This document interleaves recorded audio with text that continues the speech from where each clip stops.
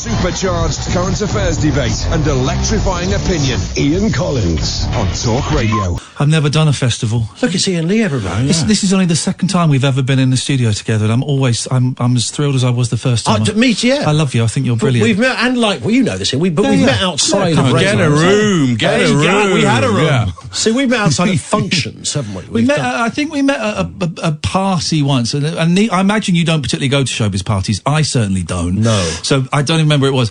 And then I came on a podcast you were doing, and I was a little bit fanboy starstruck. We've had a few cheeky... Yeah, of course I was. Yeah, we've had... No, I think it was maybe your former agents do or something. That was it, yeah. But what you don't know is there were a group of us. There was me, and there was some people I'd worked with who were radio nerds as well. Yeah. And they nudged me, they went, that's Iain Collins over there. And there was a little bit of a... buzz going on. Yeah, I'm not taking the mic. Genuinely, there was, yeah. Because you were there. Mackenzie was there, was there. And I remember thinking, wow, because there's Mackenzie and Iain Lee in the same room. It's unbelievable scenes happening. You're looking for then we lived together for a few years, didn't we? We did live together for a few years. That ended acrimoniously, but I have put the past behind me. Me too. This is it. It wasn't, when he says me too, it wasn't a me too incident. No. But we have put the past behind us. You say that now. I mean, at the time there was certainly debate. We were experimenting. We were young men, unsure of where we were going in life. Then. Now it's frowned upon. Iain Lee is here. Is it a stupid question to go, what's on your show? It's your act from 1996. Is that, yeah, didn't I say that to you on Twitter a couple of weeks ago? Yes. Oh, I don't know. Just usual old rubbish, we're chatting nonsense. I'm not quite sure. Where's the moustache? Moustache has gone. I got rid of that. The beard is gone. I'm not sure what's doing next. I was really looking forward to that moment. I thought, I haven't seen Iain for a few years. You didn't let it bed in. When you walk in, the beard's going to be there. Didn't let it bed in. It's a tough one, the moustache. I've had a doctor put their finger up my bum today, so I'm guessing Congratulations. Thank you very much. He said he was a doctor at the bus stop. No, so we're probably going to talk about that a little bit. At the bus stop? I had that at Waterloo Station. At the bus stop? Sorry? Seriously. I was on the way back. Is this where you get it done now? There used to be a walk-in medical centre, Waterloo Station, missed a train, and it said, 25 quid, go in and have a medical check. That's good value for that. This is amazing. Blood pressure. Normally a lot more than heartbeat, all the usual things. This is a brilliant thing to do. I'll go in and have that. Yeah. And I went in, and this doctor said, right, okay, do your blood pressure, everything. And now he went, get on. It was no doctor. It wasn't a real medical centre. Yeah. It was actually Boots. No, it was a real thing, and they did the But it's all right, isn't it? It's a bit embarrassing. I wouldn't say it was enjoyable. How long is it in for? No, 30 seconds tops. That's quite... 30 seconds really? tops. That's where it went wrong with mine. I was there for an hour. Iain Lee is here next. I'm back tomorrow, but on Drive, so it's far more serious. It's a proper show. But Iain Lee is here on Talk Radio next. Talk Radio. The Late Night Alternative with Iain Lee on Talk Radio. We have ways of making you talk.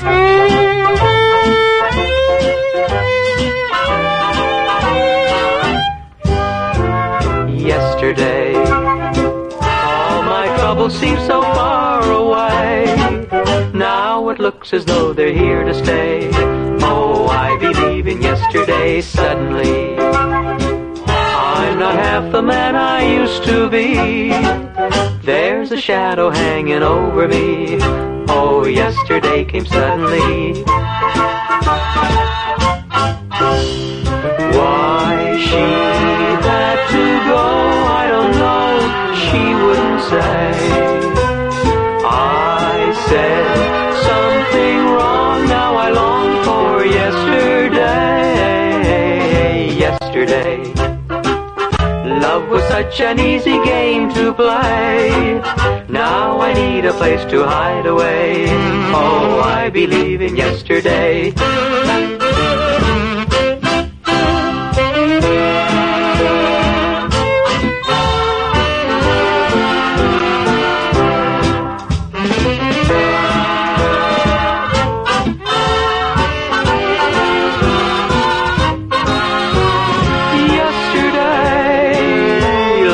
Such an easy game to play. Now I need a place to hide away. Corny. Oh, I believe in yesterday. Wow. I believe in yesterday. I believe in yesterday.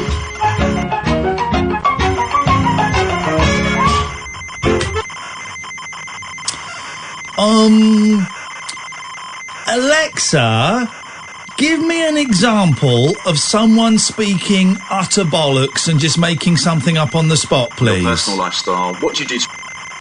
Oh, hang on a minute. Alexa's gone crazy. Let me just get rid of this. Alexa, try that again, please. Alexa, give me an example of someone speaking utter guff. Your personal lifestyle. What do you do to relax? What do you do to switch off? I like to paint, or I make things. I like to... What do you make? I have a thing where I make models of... when I was in London, well, Mayor of London, we build a beautiful... I make buses. You make models of buses? I make models of buses. So they're going to be in Downing Street. So what I do... No, what I don't make models of buses. What I make is... I get old... Yeah, carry on. I get old... Yeah, come on, carry on. Come on. I get old... Yeah, come on, you can do it. What I make is... I get old... Okay, that is the biggest load of guff ever. And do you know who that man is? He's the man that's going to pull out of the race to be Prime Minister. That's my prediction. My prediction is that guy is going to quit the race to be Prime Minister because he's going to realise he ain't up for the job. That's what's going to happen. That man is going to quit the race. We ain't going to have ourselves in the race no more. I'm saying that first. Well done to Ross, by the way, for getting that. That's some great... I mean, that's been seen 327,000 times. Well done, Ross. That's a great bit of footage. If you've not seen it... I didn't watch it because I'm not really interested. But it's Ross Kempsell, that's his name, yes. Isn't it? Yeah. The political correspondent here, interviewing Boris Johnson. And I saw it being tweeted, and I thought, I don't really want to see it. Then my friend Scott tweeted it, saying, this is the funniest thing I've ever seen. And I thought, well, if he's enjoying it, I'll have a look. Man alive, it is weird. Just a man lying. A man just, like, making something up off the top of his head. Yeah, it's like, Johnson, have you done your homework? Yeah. So awful. I have been painting buses. Mm-hmm. I mean, it's just bullshine. 0344 499 1000. I haven't got anything for the show today, but I'll tell you a story. So, it's great. It's not as serious a story as perhaps I've been making it up in my head, but I'll tell you where I've been today. So, as you know, I had this stomachache for, let's say 6 weeks. Should we say 6 weeks? And I've just had a stomachache for 6 weeks. And there are times when it's okay. The best, it's just uncomfortable. Right now, it's just uncomfortable. I've got terrible indigestion, but it's just uncomfortable. It's just there, just above my belly and just below my rib cage. Okay. And at worst, I'll get like sort of these hot flushes that last about 10 minutes where I think I'm going to throw up and I get sweaty and I kind of just have to sit there and ride it out. And you've been there when I've had one, so I think I'm going to be sick. And it really feels like I'm going to throw up. Haven't thrown up yet, right? And the pain is just generally uncomfortable. It's just uncomfortable. And 0344 499 1000, by the way. And for the last 6 weeks, it's going to be unpleasant, guys. I've had my stools, use the word stools a lot today. My stools have been the colour of a very milky latte. They've been that colour, that sort of pale brown colour. And often, I would say about 50% of the time, often the same consistency as a very milky latte. Some of you will know on Sunday I was relaxing in my hammock and I shit myself. That happened. I had to go and had to throw away a good pair of pants. Good, decent, brave pants that fought long and hard for this country. They did everything they needed to do. Aren't your balls normally held back by your willy? Not quite. Well, maybe we'll go into that a bit later on, Katherine. They had to be thrown away, and I had to have a shower. That's the state I was in. I mean, it wasn't covered in the stuff, but I had to go and have a shower. A mere wipe was not going to suffice. And I've had a couple of incidences where it's got, it's been a little bit damp down there, and I've had to go and change. That's fine. That's fine. Here's the thing. In the last 4 weeks, I've lost over a stone. I've lost over a stone in weight. That's, and there's part of me that's thinking, that's great. That's great because I've been trying to lose weight for ages. But now suddenly I'm like the lowest weight I've been probably in about 5 or 6 years. And I'm thinking, okay, this is great. But I kind of wish it would stop now. I wish it would stop. I've got no appetite whatsoever. I was hungry this morning, actually, but that's the first time in weeks. No appetite. I just eat because I know that you're supposed to eat. If you don't eat, that's bad, isn't it? That's a bad sign, Catherine. You'd back me up on that. Yeah. You would back me up on that. Go on, but I also know that this job, working funny hours, we sleep a long time in the morning. Sometimes it throws your eating patterns off. And so, when you try and sort of keep regular meal times, even if you're not particularly hungry. Yeah. So, and then there was the incident on Sunday where I crapped myself, and I kind of thought, well, okay, that's probably, we'll have a glass. And it is funny. No, at that point, I said you should go to the doctor. Yeah, you did. And it's funny. It's fine. I said it, mocks it, kind of semi. Well, I said it seriously on Sunday, but I also said it knowing it was going to get a laugh. Because it's funny. It's a funny thing.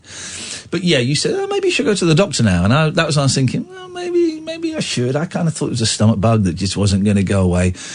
And then I couldn't get an appointment until next Wednesday, and then the seed was in my head yesterday. I was thinking, I'm panicking a bit. Maybe I've got terrible indigestion and terrible wind, or that my farts just stink honestly, like nobody's business. It's like there's 100 dead rats up my jacksie. I mean, awful, right? And I know my smells. I know my bum smells, right? I know them. I'm familiar with them. I like them. But these ones are horrible. I would find them fascinating if I'm completely honest. I would do them in the car and just think, what is that?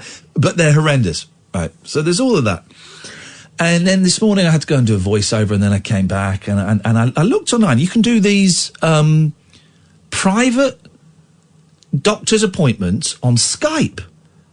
And I'm in a privileged position. I could afford it. I think it was 30 quid or 35 quid for a 10-minute Skype session with a real doctor, which I thought that was fantastic value. If you can afford it, and if you can't get an appointment for a while, then why the hell not?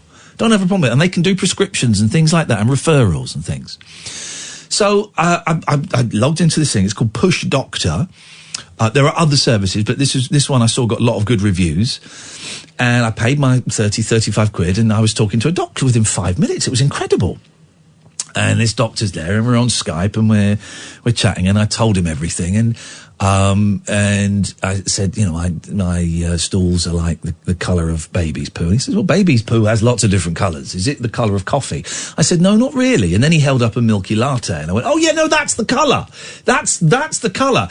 And when I did that, I mean, I don't know if these are, I don't know if these are like experienced doctors. He seemed young. He was sucking a dummy. No, he seemed young. He was wearing diapers. No, he seemed young. But his face kind of went, when I said, oh yeah, that's the colour, his face went, okay, right. As if to say, oh my God, we got a live one here. This ain't great. And then I told him I'd lost over a stone in a month. And he was like, aha. And he said, and I showed him where the pain was, and he kind of was looking more and more serious. And he said, you've Googled this, haven't you? I said, yeah. He said, what do you think it is? Whoa, hang on a minute. No, I know. He said, what is worrying you in the back of your head? What do you think it is? And I said, well, of course, the thing that comes up with all these symptoms is pancreatic cancer. He went, yes, they do. I'm going, oh my God! And then I said, pancreatic cancer's what killed my dad. He went, right, okay. I can't refer you to a hospital on this service because we're not NHS. I certainly can't tell you that you've got pancreatic cancer because it would involve a myriad of tests, including blood tests and things like that. But what I am suggesting to you is you phone up your GP surgery now and you do your best to get around the receptionist and you get yourself seen today as a matter of emergency. I'm sat there thinking, what the flipping heck? I said, okay. He said, yeah, I don't want to worry you, but too late. If you were my patient in a private setting or in a GP setting, I would be sending you off to hospital to get some tests done this week. He says, so if you can get an appointment with the doctor today, then I would thoroughly recommend you go and do that now. I went, okay, this is at 1:10 in the afternoon. I think you can't get doctor's appointments for weeks. So I phoned up the doctors. And I said, I've just spoken to an online doctor, and he's asked me to. I'm not going to give you he gave me a code phrase to say, like a code phrase that's obviously gets you. And I said this code phrase, and they went, "Okay, we have an appointment in an hour if you'd like to come in." I'm thinking, whoa, this is serious, man. So then I panicked, and I phoned you up, and I go, I think I've got pancreatic cancer and stuff, and you very sensibly talked me down. We'll get to the fun stuff in a minute, guys. Trust me. And so then I went to the doctor's surgery, and they were running half an hour late, so I'm just kind of sat there listening to the Jeremy Vine show and then the beginning of the Steve Wright show. Oh, my God, the Steve Wright show. Jeremy Vine ends with Downtown by Petula Clark. Steve Wright's show starts with, well, that was great to hear Downtown. Not heard that for a while. Anyway, coming up later on in the show, we got Stephen Merchant. I'm thinking, flipping heck, man. It's like the late 80s all over again. So then I go into the doctor's. And it's a young woman. She was in her late 30s, and I said, I've spoken to an online doctor, and I've never done it before, but he suggested I come in as a matter of urgency, and here are the symptoms. I got this pain here. I've lost over a stone in 4 weeks. I've had this stomachache for 6 weeks. I got these stools that are 50% diarrhea and 50% solid. They float. That's a key factor, because the first doctor said, "Do they float?" I said, "I don't know," and then I went and did one. They float. That's not a great sign. And I said, I've got that. And, and here's my dad died of pancreatic cancer. And I'm really worried. I've got pancreatic cancer. She went, yeah, doesn't sound great, does it? And I went, no. She goes, right, what we're going to do is we're going to get you on the table, and you're going to pull your trousers down around your ankles and lift up your top. And I had a bit of toilet tissue paper over it. First of all, she checked my chest, and she was pushing me, prodding me. And then I had to turn over onto my side, pull my knees up. I've had a camera up my ass, right? And she said, and I said to her, I'm really sorry for presenting you with my backside on a Tuesday afternoon. And she did. I said she laughed on Twitter. She didn't really laugh. She sort of just shrugged it off and went, don't worry about it. I see it all the time. And I know that they see it all the time. And I said, look, I know you do this all the time. It was your embarrassment. I said, I feel embarrassed. I feel bad for you. And, and we're going to do this and we're never going to mention it again. And she kind of chuckled at that line. And she did the old finger up the bum. And I said 30 seconds. It takes about 10 seconds just to feel around. So that, and it's the run-up that's the worst bit, isn't it? Well, she didn't take a run-up, no. Springboard. Take a run-up. But here's the thing. She's checking my prostate, which I hadn't asked her to do, but she did. And here's the thing. I tweeted about it, and loads of people went, "God, you're so brave." Honestly, it takes 10 seconds. It's embarrassing. It's embarrassing pulling your pants down, but it's 10 seconds. She uses lube and a glove. And it's fine. It doesn't hurt. It's uncomfortable at most. It's 10 seconds. The bit that was the worst bit was when she said, "Okay, I'll just give you some paper so you can wipe yourself." I'm wiping my ass in a doctor's surgery. That was the worst bit. But it was fine, and I kind of joked about it, and I wiped my ass, and I put it in the bed, and I pulled my stuff out, and my trousers are hanging off me because I've lost so much weight. I'm on the tightest belt setting I've ever been on, and the trousers are still hanging off me. I've still got a gut, but they're hanging off me. And we sat down, and I said, "Well, that was my prostate you were checking." She went, "Yep. And your prostate is absolutely fine. There's nothing swollen or enlarged there. That's great." I said, "Okay." And she sat there and she said, "I just need to see what the protocol is in this situation." I'm thinking, what is this situation? And I'm starting to panic now. And so I said to her, so we sat there for a little bit while she's looking at the protocol, like a flow chart on a thing. If this, then go to this. Yeah. If this, go to this. And I said, "I haven't got pancreatic cancer, have I?" She said, "Well, I can't say that. What I can say is, if you have got it, then you're very, very unlucky." And I'm thinking, surely everyone that gets cancer is very unlucky. She's saying statistically, of course. If you have got it, you're very unlucky. But, and they kept using the words urgent and emergency. She says, "I do consider this to be urgent, so I'm going to rush you through as an emergency. I would like you to go to reception and see if you can get your bloods taken here within the next 2 days. If you can't get it within the next 2 days, then you can go to your local Stoke Mandeville hospital, and it's like, you take a number and you wait." She said, I would suggest you maybe go and do that tomorrow. I am going to recommend, I'm going to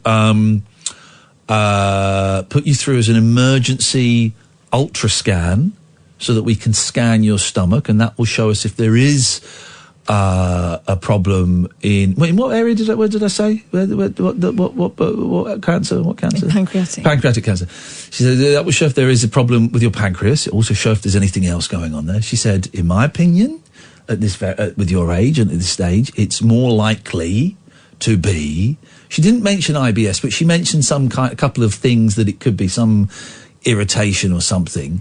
She said, but I want to get this checked out. Yeah. As soon as possible. She gave me a little test tube to do a dump in. I said, I've got to do it in that. She goes, well, it's best if you do it in something else and then decant it into then. You get a little spoon to pick up poo to put into a test tube. And like an ice cream one. Yeah, and then you've got to drop it off in the surgery, and then I've got to go back in 2 weeks. Okay. So that's been my day. So now, of course, I'm panicking pancreatic cancer because my dad had that, and you know what the treatment is for that? There ain't none. You get 3 months. Is the thing. I was reading about it. I probably haven't, by the way, guys. I probably haven't. But you know how I like to worry about things.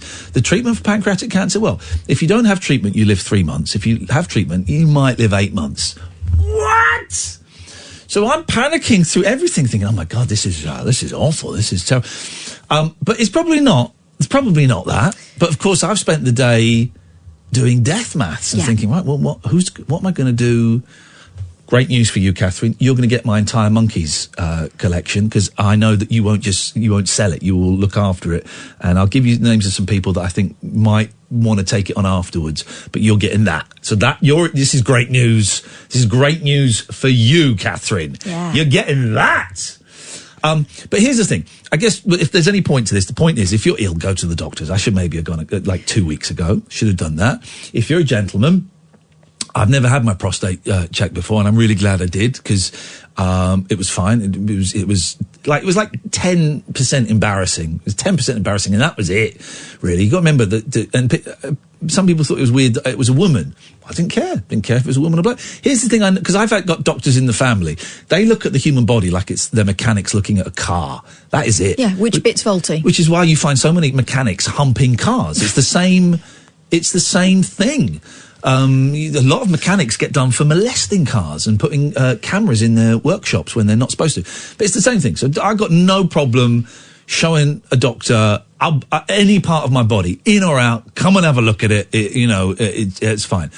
So men, go and get your prostate checked. You think you've got something wrong. You think maybe you haven't got something wrong. You're over 40, over 45. Go and speak to your doctor. They'll tell you whether they think it's worth doing or not. But it's nothing to be embarrassed of. And also, just, go to the doctor, man. Right. Yeah. I've been where you are, not quite the same thing, not the same end, but I had a scare when I was in my late 20s. Yeah. So I know what it's like to be the person in the middle of it, right? Yeah. And it's frightening. Yeah. As the person who cares about the person in question, yes, it's really reassuring to know that they are not playing games with this, right? And if there is any suspicion whatsoever, you are part of and that protocol part of the conversation is the important thing, right? Yeah. Even though there are statistical factors that would suggest that it's very, very unlikely, I'm really glad that they go and check it anyway, and that they treat it as an emergency, because for some people it will be. Yeah, exactly. Candy says, I sent my husband to get his arse checked. He somehow managed to book himself in for a full colonoscopy. Just a finger, they shoved a camera up my arse, he said. I'm still laughing. Well, you may be laughing. Anyway, so that's been my day. How's yours been so far? 0344 499 1000. We haven't really got a lot to talk about because I've been doing that and worrying about that all day. And then Katherine and I went out with Greg Turkington for dinner. We had the most charming night. 11 o'clock though. Johnny Echols, lead guitarist with the rock group Love, is coming on the show. This is the Late Night Alternative with Iain and Kath on Talk Radio. The radio show that knows truth is always stranger than fiction. Week Monday, I get shoes. The Late Night Alternative with Iain Lee. Because they're too real to be part of my imagination. On Talk Radio. Do you know what it's the 10th anniversary of today? Go on. The 10th anniversary since I was filming episode 4 of The Persuasionists. Oh. Some people might remember it as the 10th anniversary of Michael Jackson's death, but I was filming episode 4 of The Persuasionists. What a night, what a life. What a world. Good evening, James. Good evening. How are you? All right, what you got? Oh, basically, exactly the same as what you've had. Here we go. Well, talk to me, big boy. Since last October, but I've been to top nutritionists and everybody, and it comes down to basically a bit of IBS and a malabsorption syndrome where your body stops absorbing fats, and nothing fried, nothing grease, no cheese, or any of that sort of stuff. Whoa! Shut up! You're telling me that there might be a chance that I won't be able to eat cheese again? No cheese, nothing fried, nothing greasy, nothing like that at all. Plain foods, unfortunately, and a bit all wheats as well. Dairy intolerance, wheat intolerance, the whole lot. I used to be able to eat anything at all, but now nothing. What brought it on? Just being old? Do you know what? I used to be exactly the same as you. Could eat what I wanted to do. Used to travel a lot, eat all the time. But what brought it on? I don't know. All of a sudden, literally one morning, exactly the same sort of problem. Been to the doctors, had the tests, had the ultrasound, what you're going to have on your stomach, came up with nothing at all, which is great. That's great. Had all the other tests, nothing at all. I wouldn't get yourself worried that much, because I had exactly the same thing: pancreatic cancer, this cancer, colon cancer, short bowel. I was thinking all the worst. I hadn't thought of colon cancer. God. It's literally your body. If it's the same as what I've got, it won't absorb any fats anymore. Hang on, did you poo your pants at one point? Not. It would have done, yeah, but I was quick enough to get. Okay, this guy's a sprinter. Okay, all right, fine. I think you have been running the gauntlet a bit, Iain. I have been running the John Gauntlet a little bit. Yes. How long ago was this, James? It started last October. Right. Okay. And so, I went straight to see the doctors, got referred, this, that, and everything else. I had the ultrascan within like a week. Yeah. Everything was the exact same symptoms, floating. It's still not great now, but you just have to keep it. I'd have to be off all anything fried, anything greasy. But what's the point of living? I love cheese. Unfortunately, if you have a family, you've got to keep going, haven't you? Keep going. But hang on a minute. If you were to eat cheese and fried food, what is the worst that would you die, or is it just you'd just be uncomfortable and farty? It's just literally exactly what you are. It's like water coming out the other side and it's floating, and it's just totally on the toilet. I'm literally on a diet now of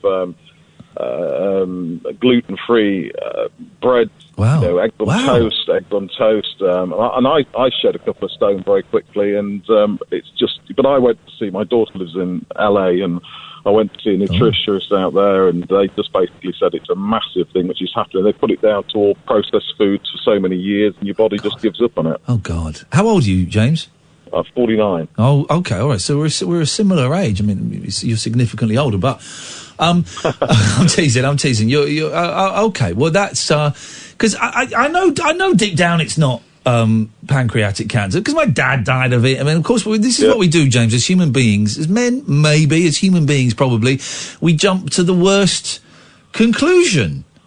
Absolutely. Do you know, I hadn't been to the doctor for 5, 6, 7 years before that. I was with a bad bone-infected toe with a horse stood on it. So before that, that's the sort of person I am. So, as soon as it started, I thought, this isn't right. And it just isn't right. I just, I can eat anything protein-wise, steaks or anything like that, and eggs, gluten-free, but go near anything fried, cheese, anything like that, you're in a world of hurt, really. And you lost a couple of stone? Has the weight stayed off?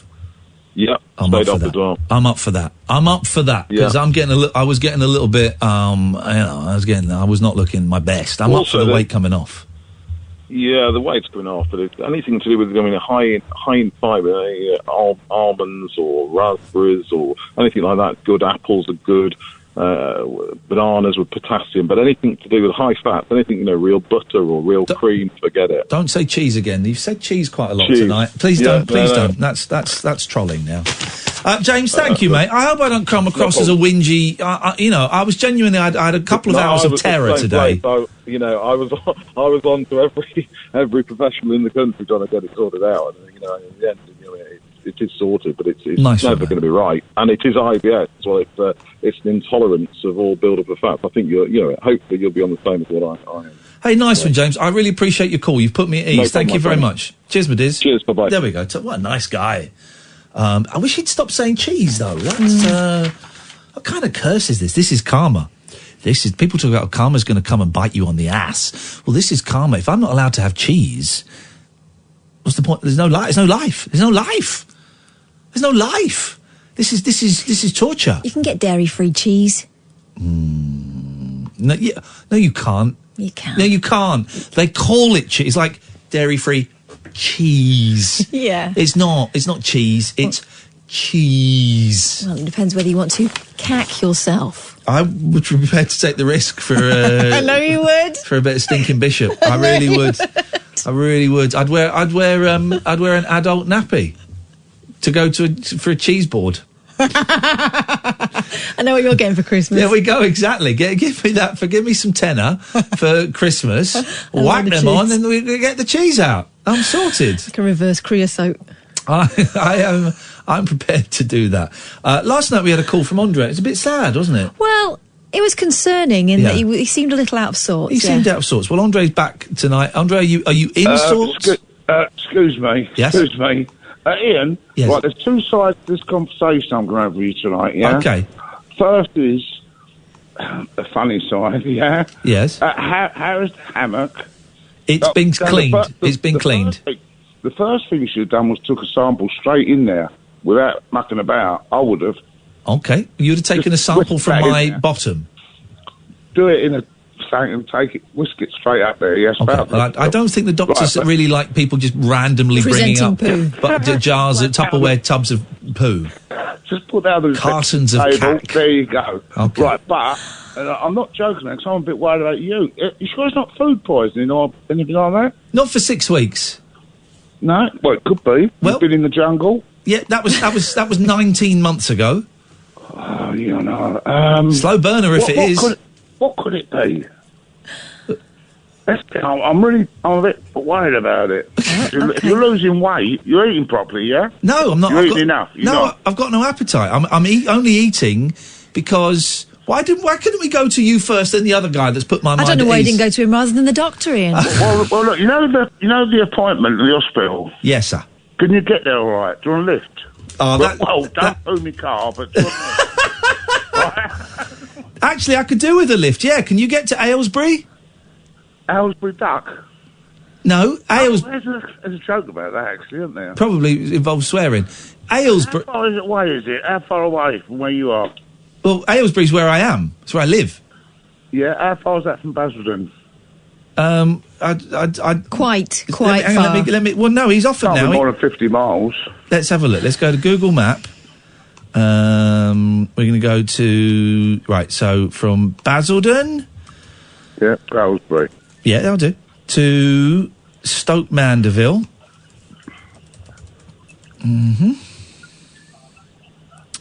It is 68.6 miles. It'll take you an hour and a quarter. Yeah. Do you want me to take you? Yeah, please. I'd love that. That'd be great. Thank you. Yeah, where will you be? Well, I'll be at the studio or where? Well, no, I don't live at the. Oh, call me after the show, Iain. Yeah. Okay. If you definitely want me to. Oh, I'd love. Yeah? I need you to take me. And we'll have a bit of a giggle, yeah. On the way. I don't want you talking to me on the way. I'll cheer you up. I'll cheer you up. I don't want you. I don't you farting on the way. Okay. All right. Well. All right. Give us a buzz later. I'm free tomorrow. Yeah. All right, Andre. I'll give you a call later on. You can take me to the hospital. It's very kind of you. All right. You won't forget, will you? You will. I will not. You won't forget. I will not. I will not forget. I look forward to. Text me and I'll see it first thing in the morning. Yeah. All right. No. The thing is, I need to go first thing in the morning. I need to leave at 8:30 a.m. Oh, I ain't going to get out there quick enough, am I? Well, it depends what time you leave. You probably have to leave. The hospital from there. Sorry. How far is the hospital from where you are? It's about 15 minutes. Well, I could probably do it then, couldn't I? Yeah. So if you leave yours at about 7 in the morning. Yeah. And then get to mine for 8:15 or whatever. Yeah. Get to me for about 8:30, and then we can. As long as I'm by at the hospital by 9, I want to be first in the queue. Well, don't forget, text me after the show. Yeah. Yeah.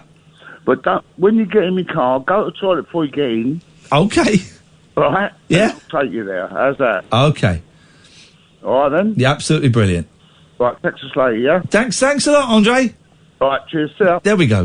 Well, that is never going to happen, but it's a very nice offer, and one I suspect was actually genuine. I don't understand his maths, right? Because he was worried about how long it would take to get to yours.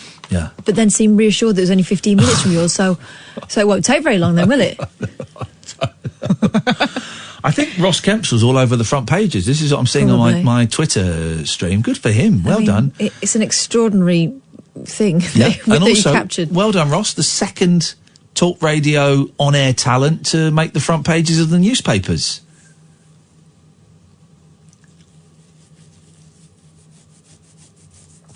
And congratulations to the team that did it first and second. And second, and I think probably third as well. We had a great night tonight, Katherine and I. We went out. Hang on. We went out for dinner with Greg Turkington. Won't mean a lot to some of you. Will mean something to a lot of you. No, hang on, that's wrong.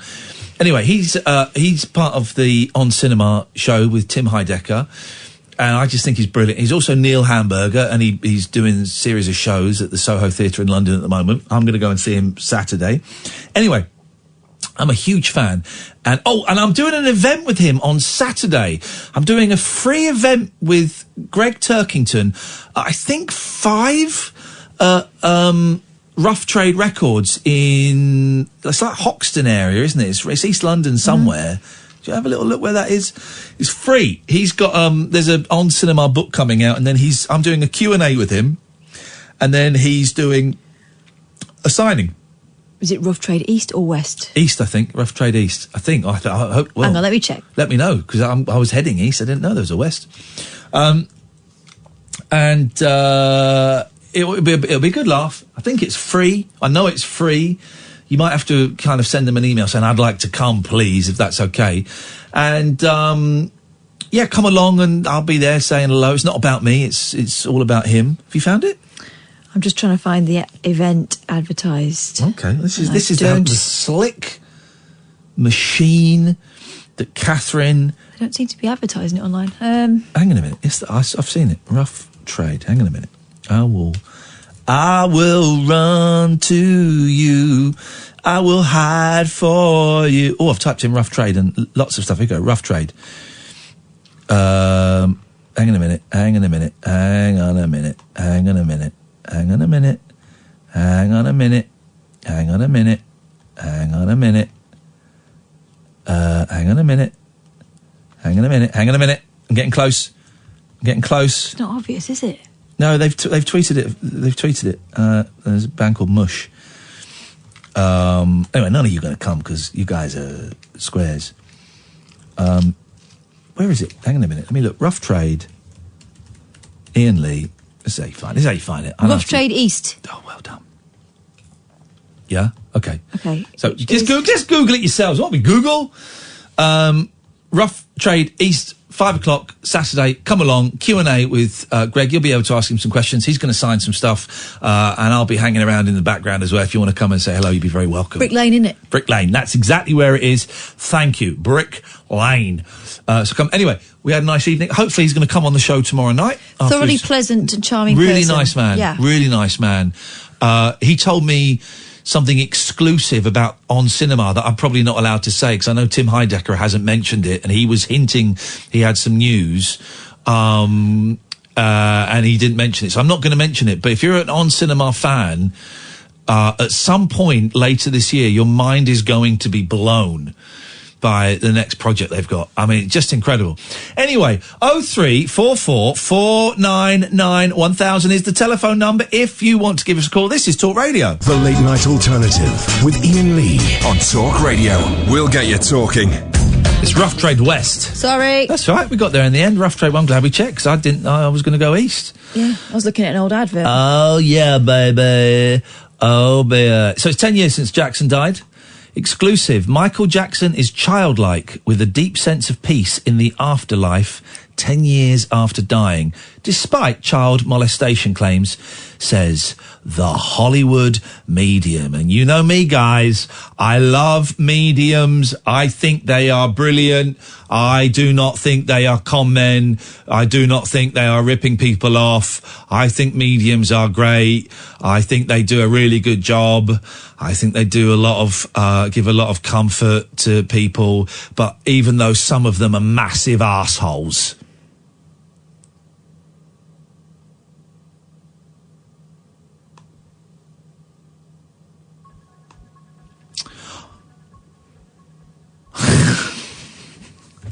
Michael Jackson is living a childlike existence in the afterlife, undeterred by allegations of molestation. I hope no one's messing with him then. It's not like they're going to send the cops to the afterlife to arrest him and bring him back to life, resuscitate him. Don't you think there are any cops in the afterlife already? What's that terrible film with Jeff Bridges, the guy with the nice eyes, that was my gay choice for a while. It was in the remake of Amityville Horror. It was in a film where he's buried in a coffin. Plays Deadpool. Go on, Sam. Ryan Reynolds. Thank you, Sam. Terrible with names at the moment. Terrible with names. Him and Jeff Bridges play these cops that go into the afterlife. R.I.P.D. Oh man, that's a lousy movie. Have you seen it? It's a lousy movie. I mean, the title gives you a hint that you have to watch it. It's a lousy movie, but it's also a lot of fun.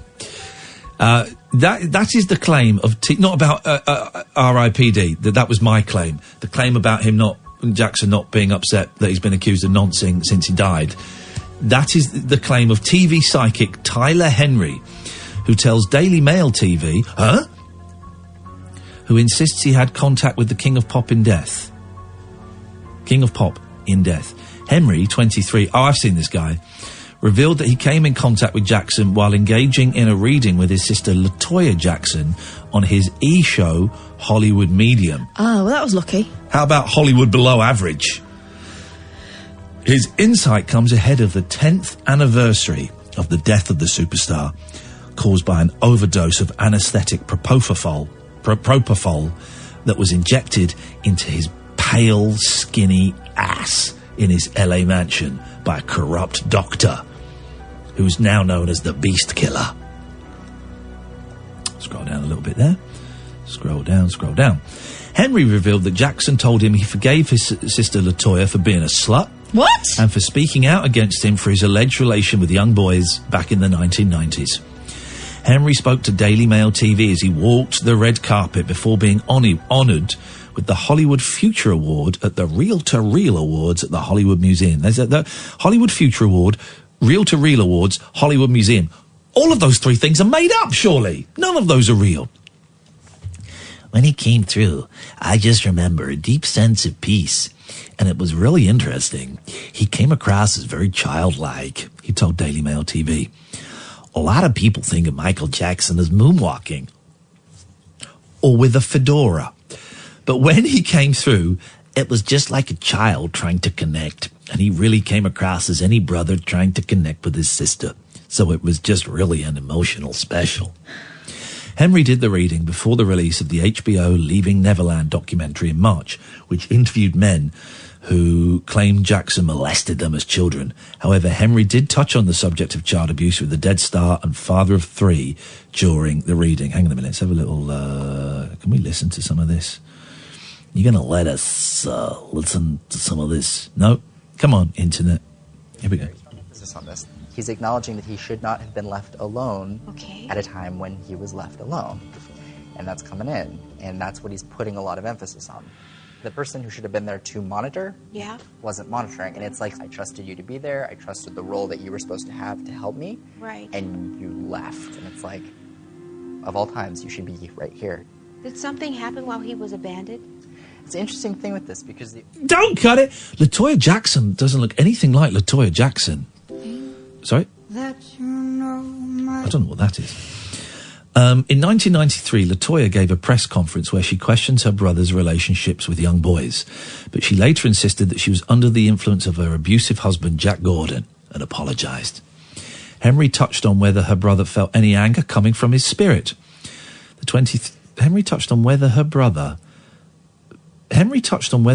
felt any anger coming from his spirit. The 23-year-old said, no, it was interesting. He actually communicated to LaToya in that reading that some of the comments she had made around the time that these allegations were brought forward might have been in jest, or she just might have regretted, and he communicated an understanding. What a load of old guff. Let me let you into a secret, young man. You cannot talk to dead people. Well, you can talk to them. They can't talk back to you, because that's it. Once you die, you're gone. I'm sorry. I'm really sorry say that some people get a lot of comfort for this, but also some people get their ripped off mercilessly and get given false hope by the charlatans who go around saying, oh yeah, I can talk to dead people. Oh, I can talk to dead people for you. I'll talk to dead people for you. Not a problem at all. It's a load of old balls. Absolute load of old balls. Henry met emotional LaToya Jackson for his show to learn about the final moments before her brother's death. During the show, Henry recalled how upset Jackson was about his medical treatment by Dr. Conrad Murray. Oh, he's acknowledging he should not have been left alone at a time when he was left alone. All right, fine. Oh, what a load of old... We could all guess that, couldn't we? Oh, It's like sometimes when you get these royal correspondents on and they'll be talking and filling time on a royal wedding morning or something like, I imagine the Queen is having her breakfast. Just guessing. And the person on the other end of it is never going to contradict them. Well, I noticed that Iain Collins had, is it Richard Fitzpatrick or Fitzwilliams, who we had as a royal correspondent at Three Counties. When I was at BBC WM, a local radio station in Birmingham, and we were on the day that it was looking likely that William and the lady Katherine were going to have a baby. I think it was the second baby, I think, and I was just playing, please to God, it's a 3-hour show, don't let it be during my show. And it happened during the show, and the person that ran the station phoned up my producer and said, why haven't you got a royal expert on to talk about it? And he came in and he said, we've got to get a royal expert. And I said, but they're just going to... I said, OK, fine. So he phoned up this Richard Fitzpatrick. He's a really nice guy, Fitzwilliams. Is he called that because it sounds like Prince Williams? And he's a really nice guy. And we phoned him up and he came on and the baby had just been born, right? And I said, well, Richard, it's everyone's royal watching, everyone's looking, and it's out. I think it's out. If anyone's got the audio of this, please dig it out for me. I know it exists somewhere. And it's a girl. What does that mean? What does that mean in terms of, who's next in line for the throne? Well, Iain, it's interesting you're saying that. The speculation is that it's going to be a girl, but no one actually knows it for sure. Now, if it were to be, I said, no, sorry, Richard, no, it is a girl. Well, Iain, yes, the speculation has been that it will be a girl, but we will not know for sure until it's been born. And I'm thinking, one of us is wildly wrong here, and I don't know who. And the news is on, and it says royal baby born. I said, Richard, I'm really sorry. I'm a bit confused because I've got no interest in this story whatsoever. Has the baby been born? No, Iain, I don't think the baby's been born yet. It is due today. I said, Richard, can you do me a favour? Have you got a telly near you? He was like nearby. Have you got a telly near you? He said, yes, I have. I said, could you just look at the telly for me? Because maybe I'm reading this wrong. Well, Iain, it would appear that the royal baby was born while I went out to the bathroom, and yes, it is a girl. And what this means for I just thought, this is just an old dude who's watching telly, who doesn't... And it was hilarious, right? And then we did a phone-in about what should you call the royal baby, and people were phoning up with names like She-Ra and stuff like this. And it was funny. It wasn't that funny, but what was he going to do? And I got the rollicking of my life from the boss, Sarah, at WM. She phoned up the producer, and the producer came in and said, we're in a bit of trouble. And I was like, okay. And I texted her afterwards. I phoned her up afterwards and said, am I in trouble? She goes, well, I think you handled that in a completely insensitive, inappropriate way. This is a really important story, and this is not the way I want it presented on my station. I said, okay. I was playing a little bit of the subservient role because I wanted the job. I needed the job. I said, okay. But I don't think this is an important story. I think I treated it with respect. I could have gone a lot further. We got a lot of calls. I think it was a laugh. Iain, I'm really disappointed. Okay, fine, mate. So then 2 weeks later, the head of the region, so her boss that's in charge of all the stations in that region, charged maybe 8 stations, came over to me, and I think, oh, God, this is it. This is game over. Iain, I need to have a word with you. I just want to say I listened to the output of all of the stations in the region, and what you did that day was by far the best. I thought it was exciting. I thought it was dangerous. I thought it was funny but respectful. I thought it was completely different. I've been taking a tape of your broadcast to all the other stations and playing it to the station managers saying, I want more of this.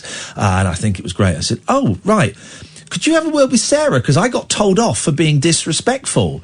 And he couldn't believe it. That's what I was dealing with at the BBC. Who cares about the royal baby? Who cares about these other people in this house that's had 2.5? Who cares? Who cares? Who cares? I tell you what I care about. I care about the fact that for a couple of hours today, I thought I had 8 months to live. That's what I care about. I care about my kids. I care about the fact we went out and had a nice meal with a really nice, talented, funny man who looked at us and treated us as equals. I care that I'm going to go home and see my cats. I care that tomorrow I'm going to go and sit in a hospital for 3 hours waiting to overblow. That's what I care about. Who cares that Harry and Meghan have had £2.5 million spent on the mansion? Who cares? Who cares? We've been told we need to care about this. None of it is important. None of it is important. What's important is the people that you love. What's important is eating good food if you can eat it, if you can digest it. What's important is watching good movies and having a laugh and watching sunsets and seeing owls fly. That's what's important, isn't it, Katherine? I think so. None of this other nonsense. The other stuff's a distraction. It's all a distraction. 0344 499 1000 is the telephone number. If you want to give us a call, you're very welcome. We're going to have a break in a couple of minutes for the news. Then when we come back, we got Johnny Echols from the rock band Love. I mean, man alive, what a band. What a band. I've been lucky enough to see Johnny live a few times playing with Arthur Lee. And of course, Arthur Lee died maybe 12 years ago. He died before Jackson. Maybe it was 12 years ago. And Arthur Lee's backing band and Johnny Echols are doing, this is their last tour of the UK. Johnny is 74 years old and I don't think he wants to do it anymore. And this is their last tour. We're going to see them next Friday at Shepherd's Bush. We're taking the night off work. We're going to go and see them and it's going to be fun and it's going to rock and roll, baby. That's what it's going to be. And so we'll have a chat to him and then we'll take some more of your calls. I think that's the way we'll do the show. Good shout. You think? Lackluster show this evening, but I don't think so. Shut up. Shut your face. You shut your face. You shut your face. Shut your cake hole. Shut your cake hole. I will not. Well, okay, in that case, keep it open. Look at all these people showing me, Nelly trying to make me feel better that I may never be able to eat cheese again. He's posted a picture of some garlic and herbs soft cheese alternative and some Tyne cheese spelt Chease, artisanal, cultured and aged cashew nut product. And this is his description. I'm married to a vegan and I have these in my fridge. They're genuinely not that bad. I don't want to eat a cheese that is not that bad. Imagine if that's the ad campaign. Cheese. It's really not that bad. I don't want a cheese that is genuinely not that bad. Not that bad. Not even not bad. Not that bad. I want a cheese that is nice. I want a cheese that is rich. I want a cheese that makes me feel I've done something very, very naughty. I want a cheese that stinks. I don't want a cheese that's not that bad. Dear listener, stay tuned. Coming up after the news, it's Johnny Echols. I'm Iain Lee. You are Katherine Boyle. This is the Late Night Alternative, weeknights from 10, only on Talk Radio. Talk Radio. The Late Night Alternative with Iain Lee on Talk Radio. We have ways of making you talk.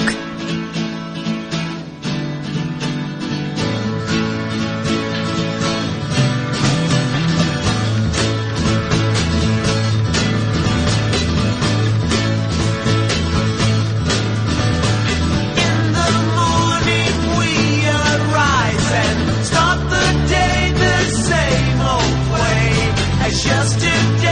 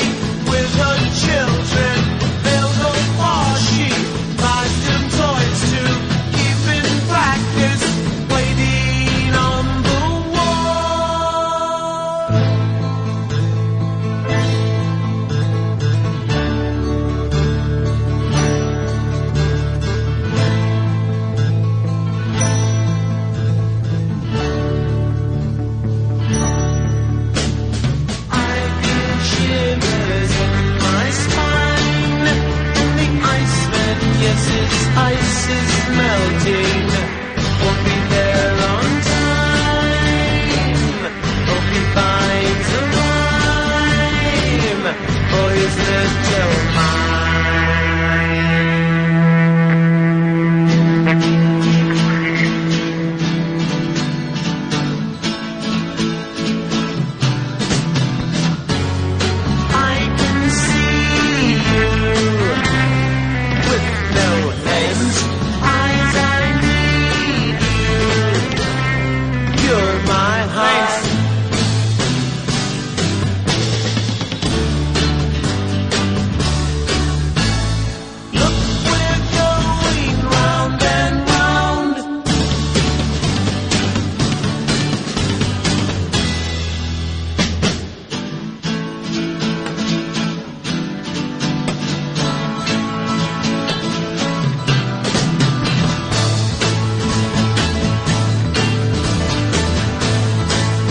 Dear listener, it's criminal to talk over this music. It's punishable by death in some parts of the world, and I can only apologise. If you haven't, you've all got Forever Changes. Everyone's got a copy of Forever Changes. Go out and buy another copy of Forever Changes. It is a masterpiece, and while you're there, go and buy the first two Love albums, Love and Da Capo, and then while you're there, go and treat yourself to some of the later stuff, like, I know Johnny's not on it, but I want my plug-in, Real to Real, which is a great album, and Love for Sale. What a record. What records? Love, in inverted commas, with Johnny Echols, are doing their last ever tour of the UK. Me and Kath are going to go and see them next Friday. We're taking the night off work to go and see them, and always a little bit nervous when I speak to an absolute legend. Ladies and gentlemen, would you please welcome Mr. Johnny Echols. Good evening, Johnny! Oh, hang on, the wrong fader. Let's do that again. Johnny, stay there. Smooth. I'm nervous. Johnny, stay there. We're going to come to you in a second. Let's try that again. Here we go. Ladies and gentlemen, would you please welcome Mr. Johnny Echols. Good evening, Johnny. Good evening. How are you? I'm very well, man. How are you doing? It worked this time. Doing wonderful. You're good, are you? When did you get to the UK? Actually, this morning we got here. Well, it was this morning our time, but it was afternoon your time, around 2 p.m. or so. No wonder you sound a little bit tired, brother. It's yeah, it was brutal. This is the last. This is the last tour, isn't it? Of the UK, yes. We'll be still playing in the US, but it's the last tour of the UK, yes. What did we do to offend you, Johnny? Did we say something? We're sorry. Is it Brexit? I apologise. Well, yeah, it was Brexit. We got together and talked about it and said, man, we can't do this again. It's just everybody's getting older, because listen, I'm not going to say your age, but I know you are a gentleman of an age. But then also the Love Revisited band, Baby Lemonade, as a lot of people will know them, those guys, and no disrespect, those guys are old now as well. That's right, we're all long in the tooth, so hell, we just decided, because it's expensive running walkers and all of that stuff, and having a nurse on hand, and so we decided, damn, it's too expensive, so we'll do this. I wish you the very best of luck with this tour. Like I say, me and my friend Katherine, we are taking the night off work next Friday. This is how much we want to see it. We're cancelling the radio show. We're going to come and see you guys. Still fun? You still enjoying it? Absolutely. It's a blast. I love it. It's so much fun, and getting to travel all over the world and meet such really cool people. It's just a blast. Because I've seen you a few times, Johnny. I met you at a gig a couple of years. I don't remember how long ago it was. I've seen you play without Arthur Lee. I've seen you play with Arthur Lee, and boy, oh boy, what a thrill it was for me and for a lot of people seeing the two of you on stage. How different is it? How difficult is it as well, I guess, without having Arthur there? Well, his presence is always there. I always look to my right, and so there's a presence always there. But, playing with these guys, we played together for so long. Yeah. And they were such a part of Arthur's life that it's a continuum, and they play the music spot on, and they're really great people and fun to be around, so it's a blast. Actually, I'm asking how difficult it is without Arthur there. Of course, Arthur famously could be a very difficult man to work with. It could be argued that he was his own worst enemy at times. Well, see, that's the thing. It's kind of a misnomer, because Arthur may have been difficult, but that was only with people that he didn't know. If right. he knew you, he'd give you the shirt off his back, and he was just, a wonderful human being. But then he just didn't suffer fools gladly. When people were kind of idiotic, he would treat them the same way. Yeah. As long as you were cool with him, he was cool with you. Of course, Arthur gets all of the attention, but it was a band. There were several. There were 5 of you originally, weren't there? Yes, there were.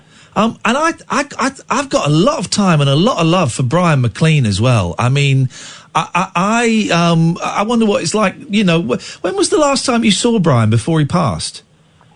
Oh, it was a couple of years before he died, because we had talked of getting together, bringing everybody back together and touring. And so we chatted, and I came by. I was living in New York at the time, and I came to see him, and we chatted.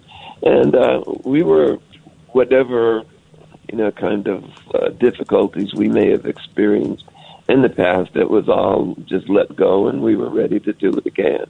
But no, Brian was an absolute genius. I loved him. He played wonderful songs, wrote beautiful songs, and he was a fine guitar player. So it was a joy to work with him. And, a very beautiful young man. Just what a voice as well he had as well. Yeah, absolutely, yeah. What was the dynamic between Brian and Arthur? Because listen, all I can go by is what I've seen in concert and on video. And Brian looked very quiet and introspective, and Arthur, could be very loud and upfront. How did they work together? Well, there was always kind of a friendly rivalry because they dated the same ladies, and right. So you could say that Brian may have been Arthur's muse because he kind of fed off of Brian's energy. And Brian actually, because Love Before Brian, we were basically a cover band. Yeah. And we were, we did have a couple of songs that were written by the group, but we basically played the top 40, and we were more in the R&B direction, and Brian kind of steered us into the direction that has come to be known as the love sound. It was you of course were great contemporaries of the Doors, bigger than the Doors for a long, long time. Jim Morrison, I never got the Doors, if I'm honest, Johnny. I liked them for about 6 months when I was 15, and then I never got them. But can I ask a question that might seem rude? And I apologise if he was a friend of yours, right? But please, he's a friend of mine, but please ask anything you like. I'll give you the best answer I can. Okay. Was Jim Morrison a dick? And I asked an asshole. He was an asshole. But he was... Thank you, Johnny. He's my friend, so I liked him. But no, he just seemed to go out of his way to be that way. But that's the thing. Jim was very much into drink, and he would, when he wasn't drinking, which is rarely, he was just the sweetest guy. But as soon as alcohol touched his lips, he just became that guy. Yeah. And he was hard to deal with, hard to get along with. So unless you knew him and considered him a friend, you would just turn the other way if you saw him coming. Johnny, I love you. I love you so much. You guys have recorded a new single, which is a thrill to see you guys still making new music. Tell me about that. Yeah, that was a song we started working on with Arthur, and then it just kind of was put on the back burner there for a while.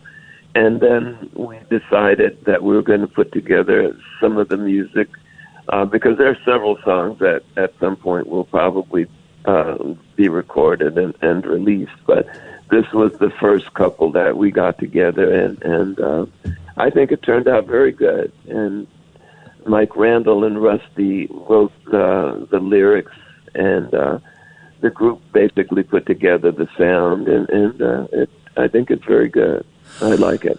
There's a lot of love. I often think that a lot of bands the American bands that perhaps didn't quite get the respect they deserve over there do a lot better over here. For example, the Beach Boys kind of stopped having hits in the States in '67, but they were still big over here, and they were, I think Britain considered the Beach Boys artists long before America.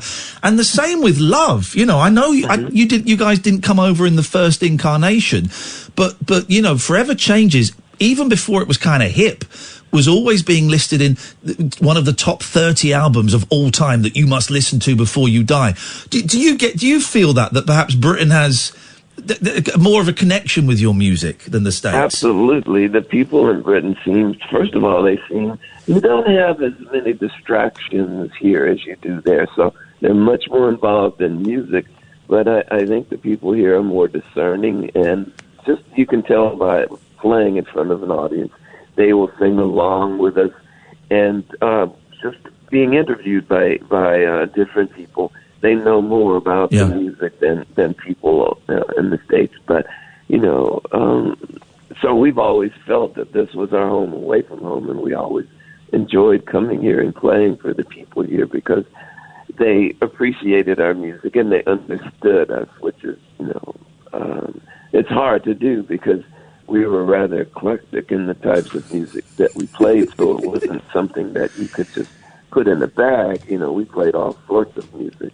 We were basically our own mixtape, Yeah, well, the thing about Love is you were a mixed-race band before there were any other really mixed-race bands. You had white bands, and you kind of had some black Motown acts, maybe you'd have the Four Tops or something, but very rarely did you see black guys with guitars, and you never saw a mixed race band. Was that, nowadays you kind of think nothing of it, although I can't think of too many. But when you're playing on the Strip and stuff in sort of 64, 65, was that part of the draw? Did people come to see you because you looked different?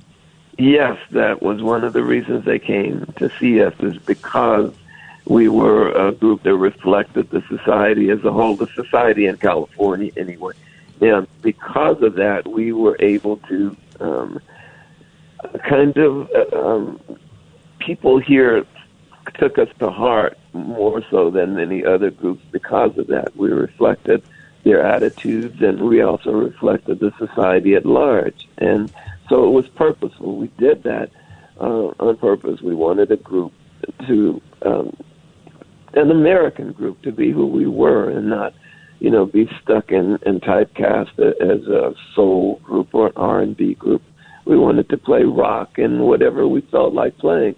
We wanted to without being typecast. So it was a blessing, but it was also a curse because there were many places in this country we couldn't play. All of the South and most of Middle America, we were off limits. So it kind of held us back quite a bit, but it also, gave us kind of an insight into the character of the people, so to speak. Listen, I'm going to let you go on a bit because I know that you're tired, but I have got a couple more questions if that's all right with you, sir. But the first two albums are great, Love and Da Capo. They're great, and of course they get overshadowed by Forever Changes because that is a masterpiece. But those first two albums are great. Do you remember the first time you guys walked into the recording studio to record the debut album? Do you remember the excitement, or was there an arrogance about you as a band? No, that was excitement. We were really looking forward to it. And the thing was, we had played those songs every single night for well over a year.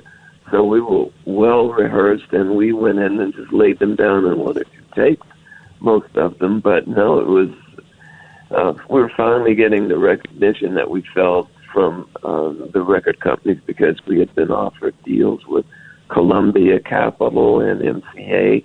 And we chose Elektra because they allowed us to own the publishing, which none of the record companies would do. Yeah. And also, I enjoyed being with Jack Holtzman. We have kind of our different views on things, but I always thought that the man understood music and he knew, his way around the board. I think he was an engineer before he was a producer and then a record company executive. So I have a great deal of respect for him. The first two albums, kind of straightforward blues, rock and roll, slightly underground sound. The third album is a huge departure. When Arthur and Brian, but when Arthur played the songs that he had for Forever Changes and then said, oh, by the way, we're getting strings in, what did the rest of the band think? Did the rest of the band kind of balk at the idea of this, or were you all up for it?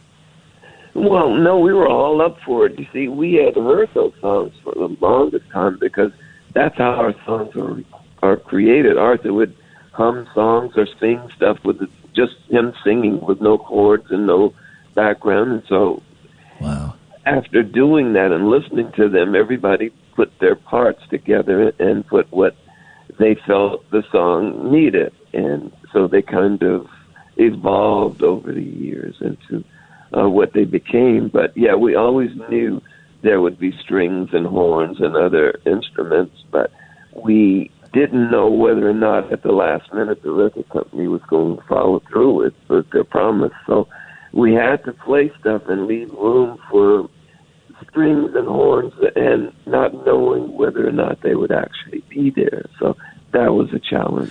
Final question, right? You've got to put this myth to rest. There is a myth, there is a legend that kind of half, a quarter, a fifth, 75% of an album after Forever Changes was recorded called Gethsemane. That's correct. Is that true or not true? That's absolutely true, but they weren't recorded. These songs were, when we were doing Forever Changes, it'll take a minute for me to explain, it was supposed to be a 2-album set. And then at the last minute, the record company decided it was too expensive to do that. And so Brian had songs that he had written as well as I.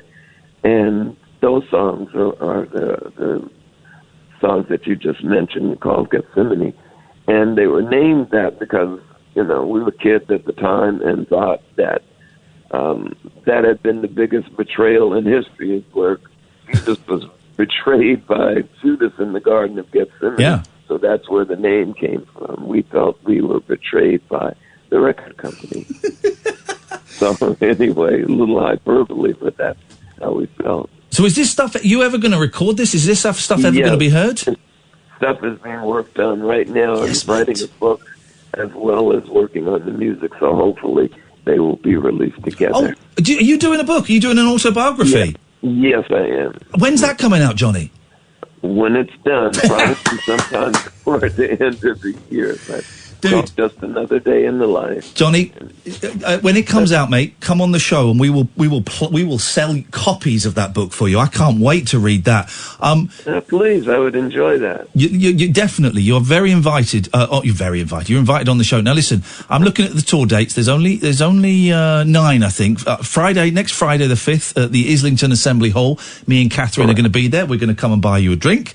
Cool. We're going to buy you a drink. We've got Bristol on the 4th, going backwards, Cardiff on the 3rd, Birmingham on the 2nd, Leeds on the Monday the 1st. Sunday you're in Glasgow. This Saturday you're in Liverpool. Thursday in Brighton. Tomorrow, mate, I don't know if you know this, you're on the Isle of Wight, and that's quite some distance away. Yeah, I know we're playing that tomorrow, so I'm looking forward to that. You got strings there as well at the Isle of Wight. You got a string section. Yes, this is going to really be cool. We're looking forward to that. Go to bed, Johnny. Get some sleep, because you've got a long day travelling tomorrow, brother.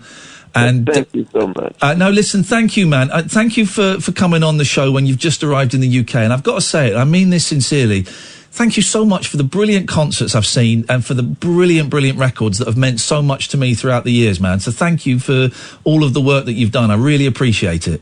Yeah, well, it's been our pleasure. Johnny, I will come and shake your hand on next Friday. I look forward to it. Enjoy the tour, fella. Thanks a lot. Thank you.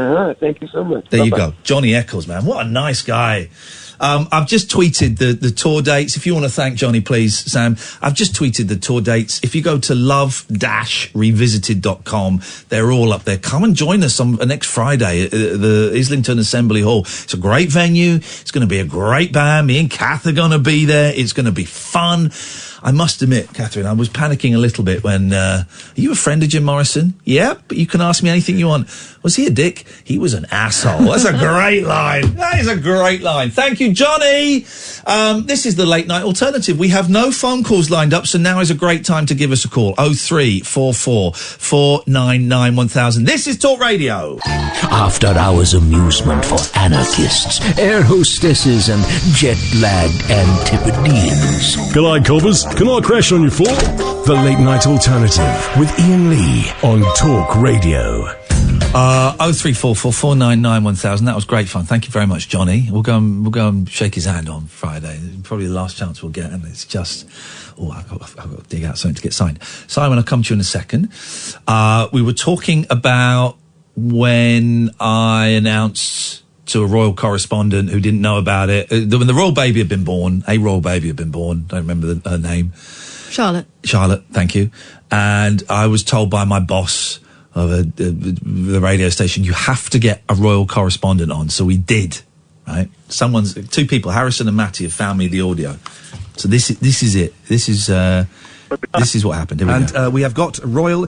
Well, how would you bill yourself, Richard Fitzwilliams? Royal expert, royal commentator, royal lover? What are you? A royal commentator, but I should... Royal lover!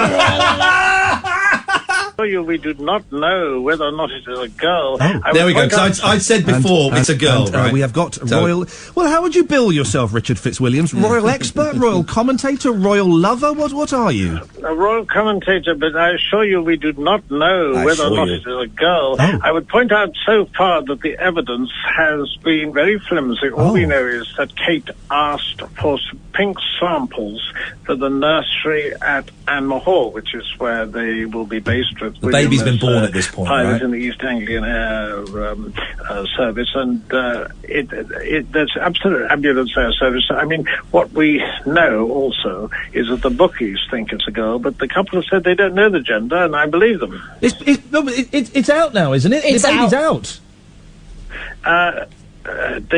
Kate went into labour. This is why, right? Experts are pointless. They don't, unless it's like an expert on like the Beatles or something, and you're asking and his stuff. No, it's like when there's a terrorist attack going on, right? What are you going to get a terrorist expert on for? What do they know that we don't know? They don't know anything. They can guess. They can make a calculated guess, but they don't know what we do. They don't know. They've paid attention to the things that have happened in the past and can talk about that. They don't know. This guy's on because I was told we had to get a royal correspondent. He's the go-to royal correspondent. He was on Iain Collins tonight. I'm not doing this to belittle him.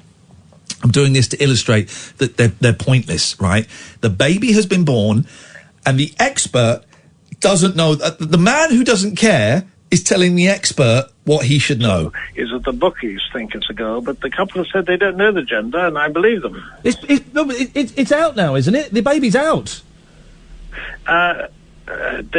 Kate went into labour at 6 o'clock. Went into the hospital at 6 o'clock in the morning.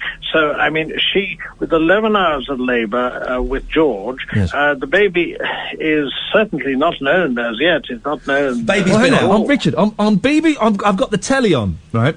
It says breaking news. This is our royal expert. Breaking news. It's a girl. The royal baby weighs 8 pounds 3 ounces. It's out, Richard. It's popped out. You missed it. Popped out. Good heavens! Well, I have to say that I was not in front of a television, so we know. Good gracious! We know, Richard. Hang on a second. It's 8. This is the expert. It's 8. It's breaking news. There's a town crier outside the Lindo wing, annoying every other person in there by shouting and ringing his bell. It's 8 pounds 3 ounces. Good weight. Well, I mean, it's fantastic news, and I mean, everyone will be absolutely thrilled. But what has happened clearly is that the press have been fooled by this because nobody knew. And in fact, the first, I think the news came out when you telephoned me at 7 o'clock this morning. Home of breaking news, Richard.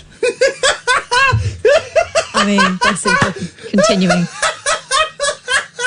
And that is why there's no point in experts unless you want to know, right? You know, okay. There's a submarine has sunk, right? So tell me we need to get an expert. How much oxygen can you have in a submarine? You've got 50 men in there. How much oxygen can you got? Okay, what possible ways do you think what's the technique for raising a submarine? Okay, the Beatles recorded this in 1967. What do we know about what was going on in the Beatles? Well, those things, but what is Paul McCartney doing now?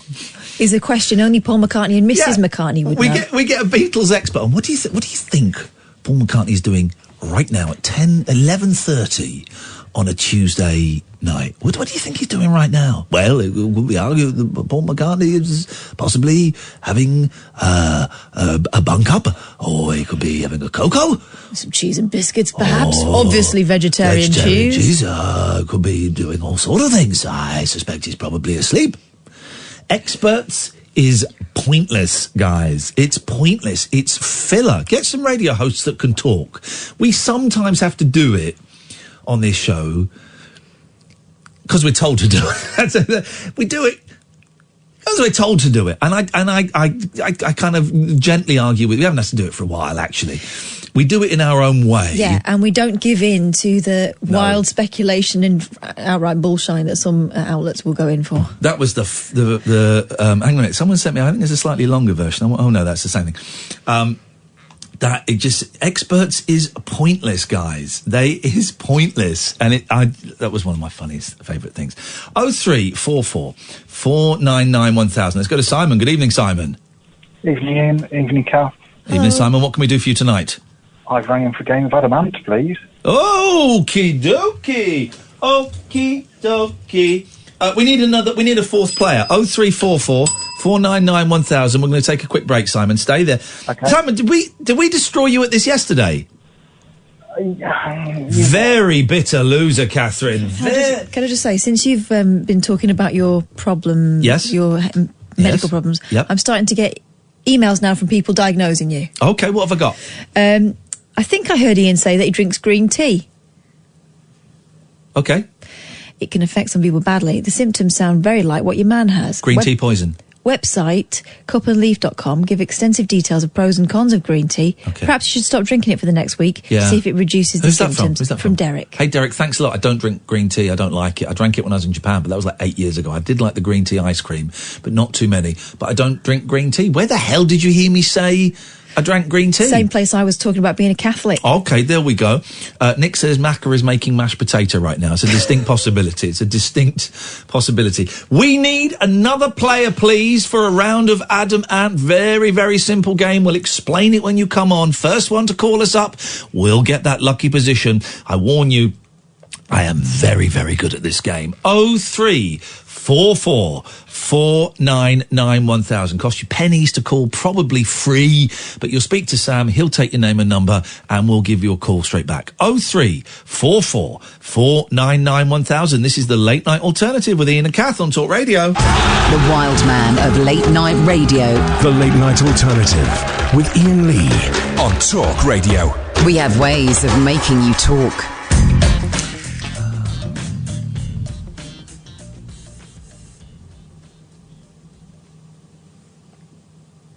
0344 499 1000 is the telephone number. It looks like Catherine, it looks like Simon. No one is...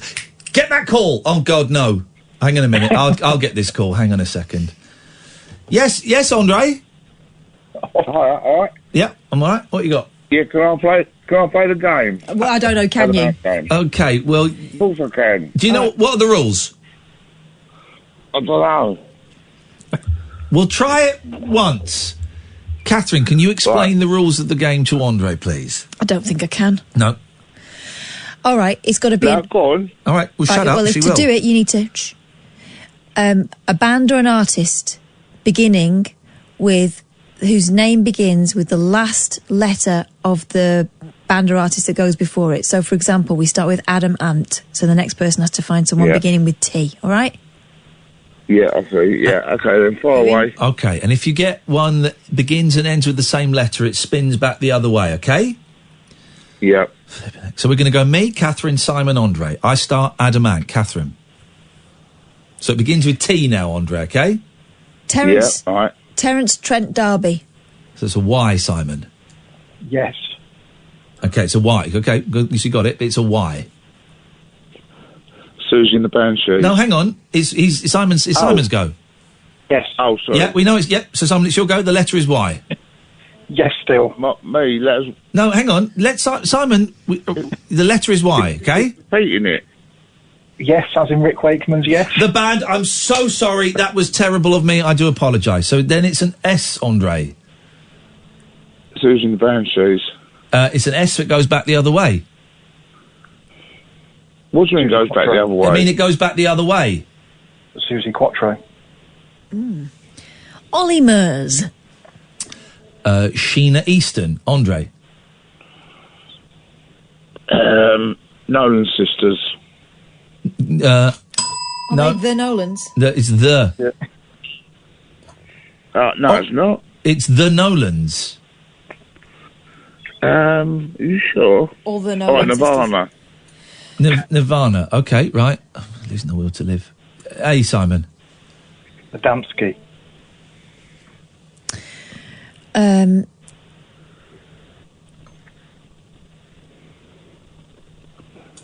Our song. Isley Brothers. Not band, I mean. Shut up. No, it's the Isley it's Brothers. the Isley Brothers. Okay. Ian Jury. Okay. And the Blockheads. Okay. Shack Attack. Andre. That's a toughie. K. Kraftwerk. Okay, well done, Simon. Back the way. Kraftwerk. Oh, Kraftwerk. Killers. Spandau. The Killers. Sorry? Yeah. It's not the Killers. They're called Killers. Screw you. They're killers. They're just called Killers. No, The Killers. Official site, The Killers. There's killers.com, because killers.com had gone. What's the website? The Killers. Killers.com. No. Yes. Killers.com. It's called The Killers. It's called TheKillersMusic.com. Yeah, because killersmusic.com had gone. Yeah, but they're called The Killers. All right, Kiss. Please.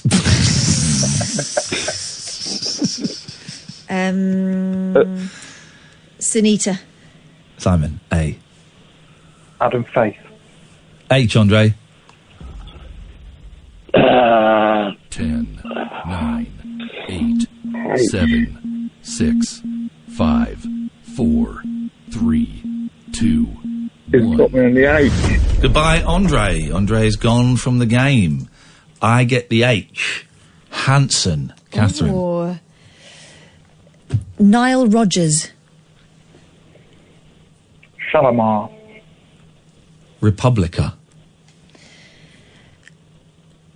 Annie Lennox. XTC. Cat Stevens. Sonia.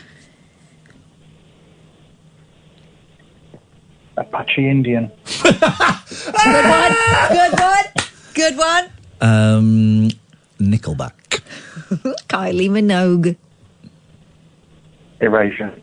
Back to you, Catherine. Europe. Back to you, Simon. Extreme. Back to you, Catherine. Yellow. OMD.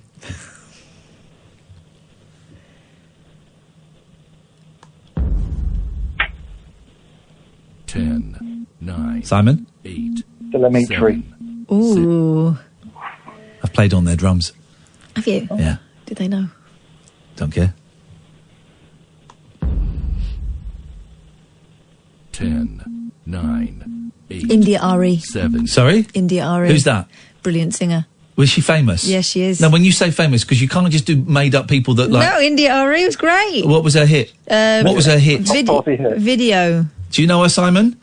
Never heard of her. No. She's brilliant. No. She has to have had a hit. She has had a hit. Well, how high in the charts? Let's have a look. She has to have had a hit. We had this yesterday with your French nonsense. Well, she had a hit too. She's had 1, 2, 3, 4, 5, 6, 7 studio albums. Right. How many hits has she had? She has had Best R&B album, Album of the Year, Record of the Year, Song of the Year. She won Best... What was her hit? What was her hit? I told you, it was called Video. Sing it. Not the average girl in your video. All right. What's the letter and whose go is it? Because I'm getting bored E. now. Whose go is it? It's my go, is it? Uh-huh. Right. Ella Fitzgerald, D. D. 10, 9, 8, 7. Desmond Decker. Yep. Richie Valens. Well, it's pronounced Valence. It's not. Well, it is actually. Well, I don't. Stop stalling. I'm not stalling. Press it. No, hang on a minute. You can't tell me when to press it. I'm trying. You're Press still it. talking. Press it. 10. No. Okay. 9. 8. 10, 9, 8, 7. Sugar 6, Gang. 5. What? Sugar Hill Gang. Sugar Hill Gang. G. Simon. Gary Glitter. Ooh, controversial. Controversial, but yes, he's allowed. Rachel Stevens. Sir Cliff Richard. Yes! Oh, you're not going to allow that one! Very good. You're not going to allow that You've one! opened up a hole. Sir Cliff Richard! World of What's his name? possibilities. What's his name? What's his name? You met him now. Harry Webb, innit? Shut up. Shut your face. If you met him now, what would you address him as? Sir Clifford. Thank you. You'll go, Simon. Dexter's Midnight Runners.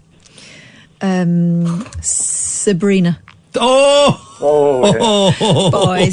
Boys. I'm looking for a good time. Boys. Sunita, ABBA, send it back to you. Okay.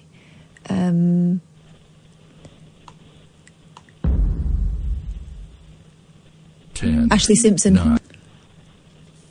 N, Simon.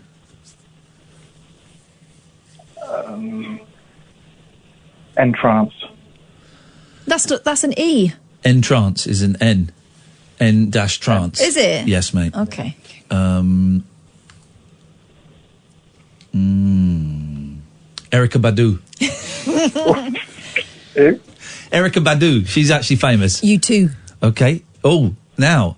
Okay, well, that's the one that begins with an O. That ends with an O. It's the next one has to begin Does with it? Yeah. I can think of another band that begins with a 2. Doesn't matter. We're not having 2 unlimited. It's Why not? no. It begins Boom, with chicka boom, O. chicka boom, chicka boom. Oh, Take come me on! down I'm to losing. the Shut up! maximum. I'm losing the will to live. This is boring for everybody except us three, and even then, it's boring for me. So, Simon, right? Omar. Oh yeah. Raggy Omar. Has he had a hit? No, Omar. There's Okay. nothing like this. Ray Charles, go. 10, 9, 8, 7, 6, 5, 4. Sade. Simon, E. Everything But the Girl. Ian, L. Love. Catherine, E. Eva Cassidy. Y, Simon? That's what we're all asking right now. 10, 9, 8, 7, 6, 5. Yellow. Have we had yellow in this game? No, yesterday. No, okay, fine, we'll have that. So it is O, Odyssey. Yaz and the plastic population. Yaz and the plastic population! Yeah, go on. Nick Berry. Who? Oh, Nick Berry. Nick Berry. That's back at me then. Yazoo. No, it's not back at you. How's it back at Yaz you? and plastic population. Yeah. Nick Berry. Oh, all right then. Sorry, carry on. Youngbloods. Oh. Yeah. So that is now you, S. Okay. 10, 9, 8. I just want to die. Steve Miller. R. Radiohead. D. Dion. I just want to die. Stuck in hell. Nelly Furtado. O. OMC. Sorry? OMC. How bizarre was that? OMC. Yo, I'll give you that. We'll give you that. Creedence Clearwater Revival. Oh, good. Thank you, mate. Lemmy. 10. Lemmy? From Motorhead. 8. Okay, yeah, go on. Why? So the Y. Is that a Y, is it? Yes, mate. 10. Oh, God. 8, 7. Oh, Yossa Endor. Whoa, that's right. What does that end with? An R? Oh, yeah. Rick Astley. Why? Oh! Yazoo. We've had Yazoo. No, we haven't. I tried to do it and I was wrong. Okay, right. Oh, quickly, please hurry up. Right, I haven't got a 5-second countdown. 5, 4. Orange juice. E. Eels. 5, 4. Spice Girls. Back to me. you. You got to do the countdown. I can't do 5, the countdown and think at the same time. 3, 2. Hang on a minute. Sponge. What? Sponge? Salt and pepper. A. No. Go. You No, because you didn't start. You've got to start counting straight away. Because if 5, 4. Salt and pepper. Yeah, but you said sponge first. No, I What's didn't. sponge? Salt and pepper. Salt and pepper. What's sponge? Doesn't matter what it is. A. Simon, go. 5, 4. Average white band. D. 5, 4, 3. Debbie Gibson. N. Nico. O. Jesus, this is boring. 5, 4, 3, 2, 1. He's out. Get out of here, scumbag. Hang on, if yours stands, so does he. No, because it's boring. I win then. Bollocks do you win? You don't win. Go He do faltered, he faltered. E. 5, 4, 3, 2, 1. I win. It wasn't E. Ocean colour scene. Oh. I win. Yeah, but he didn't win. Well, what was yours? What was the letter? Then this is boring. Oh, Olivia Newton-John. What? He didn't count. He ran out of time. You ran out of time. I win. No, you don't. Nelly, why? 5, 4. This is your fault, Simon, you scumbag. 5. We had Nelly. 4. No, we've had Nelly Furtado. So get you stick out of it, son. 5. Yves Montand. Well, what does that end? Who is that? D. Who is that? Yves Montand. Name the really hit. famous. Name the hit. No, not French ones don't count. Thank Heavens for Little Girls. Dirty bastard. Wasn't that him or was that Charles Aznavour? That was Charles Aznavour. So your person doesn't count. Boom, I win. Let's go to a break. Uncut after-hours conversation for the up all-night generation. The Late Night Alternative with Iain Lee on Talk Radio. We'll get you talking. Is it Mom with an M-O-M? Of course it is. Why doesn't he do it on CD? Who wants MP3 download? Do we really want Keith Malley from Keith and the Girl on this show? Well, he's offering him and Hender.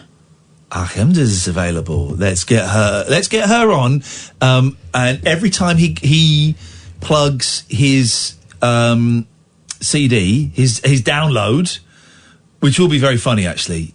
Keith Malley, I'm having it off with your mum. He's basically, I think he's had to change it from I'm screwing your mum. Yeah, to I'm dating your mum. Okay, well then every time it would be worth. I'm going to download it. He's done loads. He's done loads. But he's very prolific. He's prolific. Let's have a little look. But every time he's but we won't tell him this. Every time he's plugging his album, we just. Oh, it's pre-order. All right, I'm going to pre-order it. Is it available for pre-order then? It's available for pre-order, expected on the 15th of July. I can never remember. Is there anyone else that cannot remember their yeah, me. It took me about 6 iTunes login? I can never remember. Your Apple ID and password is incorrect.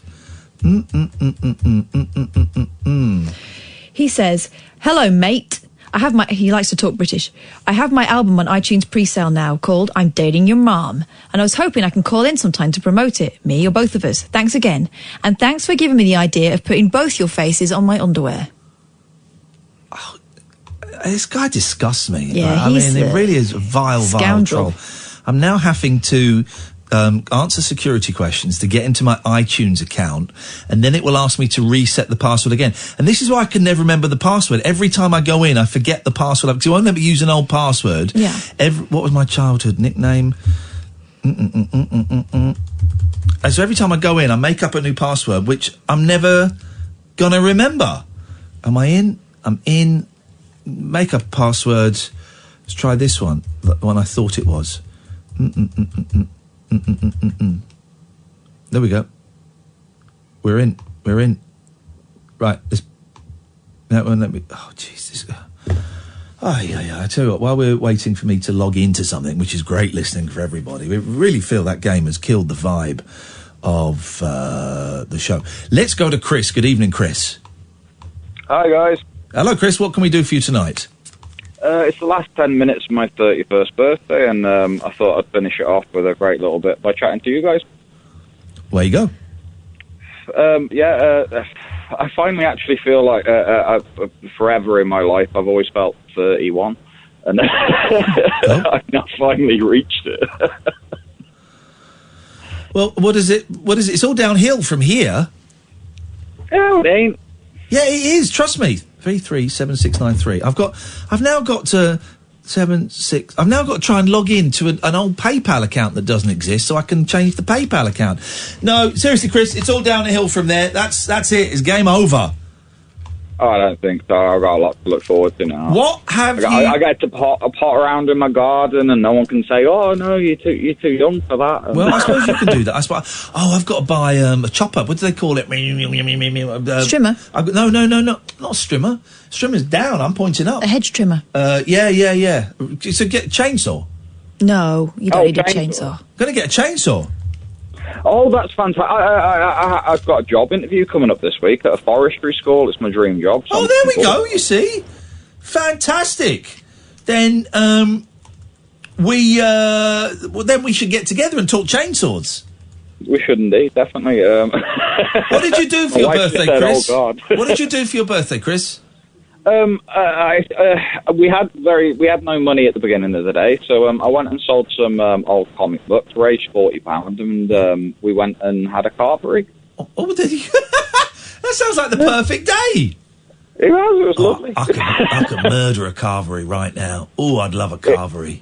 It was really good. It was properly. The meat was cooked to perfection and lovely roast potatoes. I love it when the meat is cooked.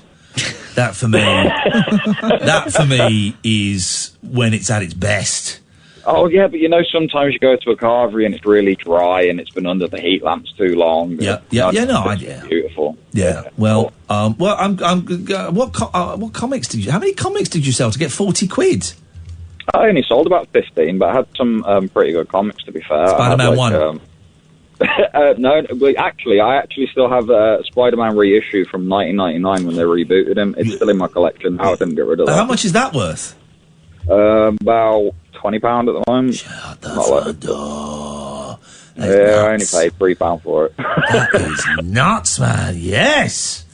But now I've got rid of some of the old Fantastic Fours and some of the old Avenger ones from like the 50s. I'm not a massive fan of. No, rubbish. But, I'm glad you had a great day, and thanks for sharing the last few minutes of it with us.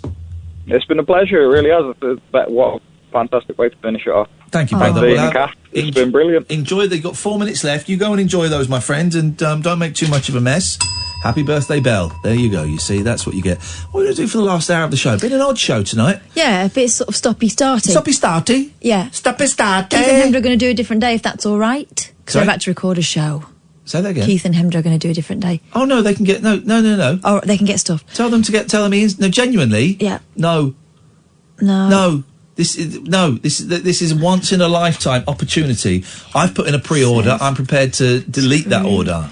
He owns your lily ass. Don't put down foul language. Just say no. Ian says no. Ian says this is a once in a lifetime opportunity to come on to the least listened to late night radio show in the United Kingdom. If they don't want to do it, they don't have to do it. That's fine by me. I don't really care. But I think it's their loss. Totally. You snoozing, you losing. Dear. Feel the vibe has gone slightly. Do you know what I mean? You know what I mean?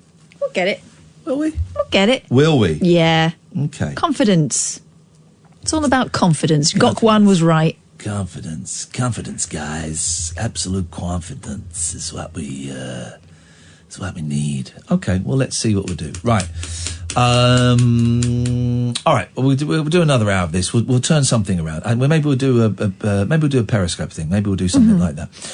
You can give us a call though, dear listener. 0344 499 1000 is the telephone number if you want to give us a call. You'd be very welcome. You said we haven't really got anything to talk about tonight, and that's absolutely fine. But I feel we have to pull something. I haven't looked at any of the newspapers. I haven't looked at any of the news. I've got a couple of news stories actually, but there is a band called Sponge. Thanks very much. So I did win, Kerry. Thank you. I appreciate that.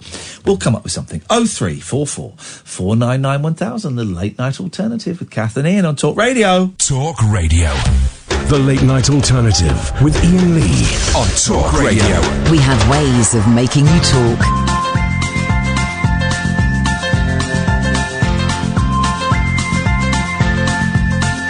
There's a voice that keeps on calling me. Down the road is where I'll always be. Every stop I make a new friend. Can't stay for long, just turn around and I'm gone again. Maybe tomorrow I'll wanna settle down. Until tomorrow I'll just keep moving on. Down this road that never seems to end. When new adventure lies just around the bend. So if you wanna join me for a while, just grab your hat, come travel light, that's old style. Maybe tomorrow I'll wanna settle down. Until tomorrow, the whole world is my home. So if you wanna join me for a while, just grab your hat and come travel like that's old style. Maybe tomorrow I'll wanna settle down. Until tomorrow I'll just keep moving on.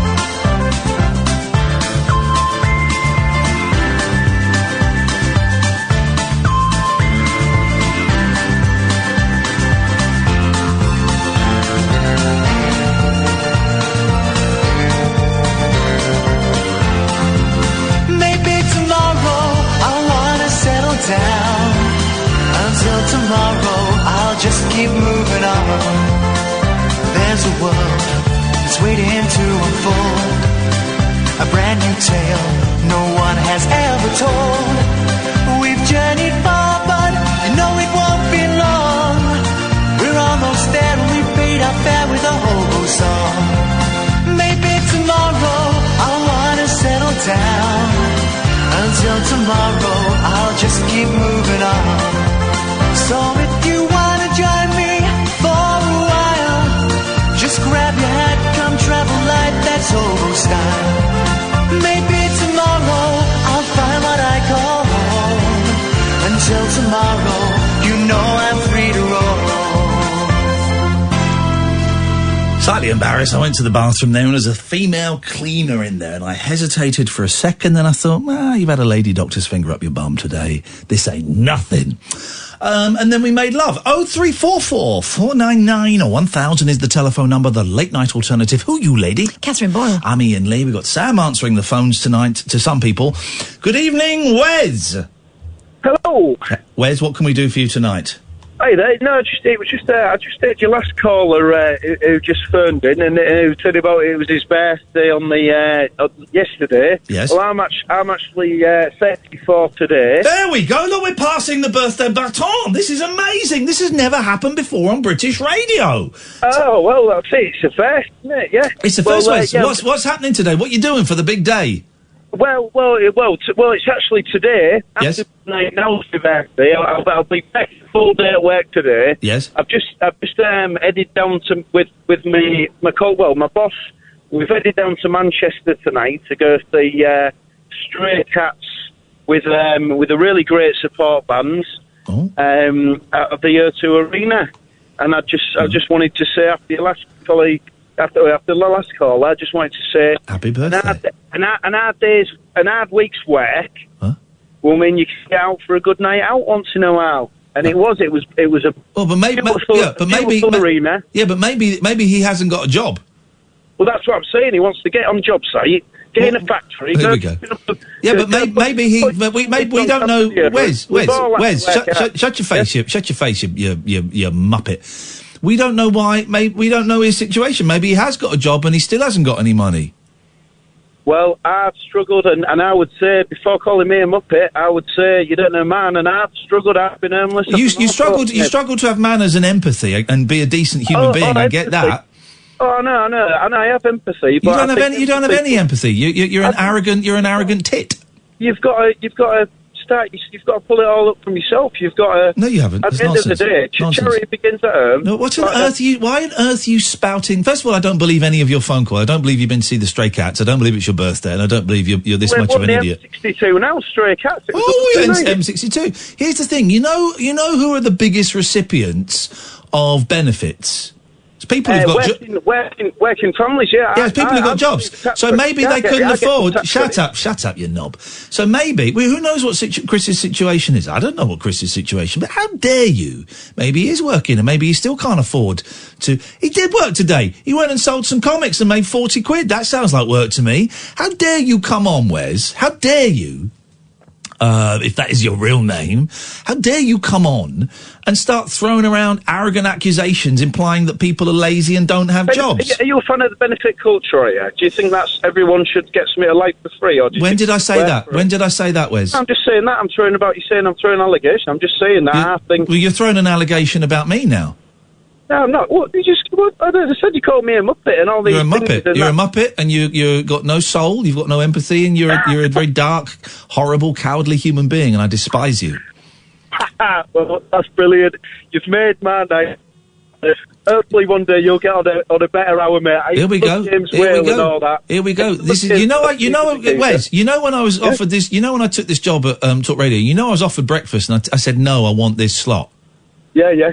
It's actually a true story, mate. I want this slot. I've done breakfast. I've done drive. Didn't like it. I wanted this slot. This is the best slot. And I tell you why it's the best slot. I will say what I want. It's my radio show.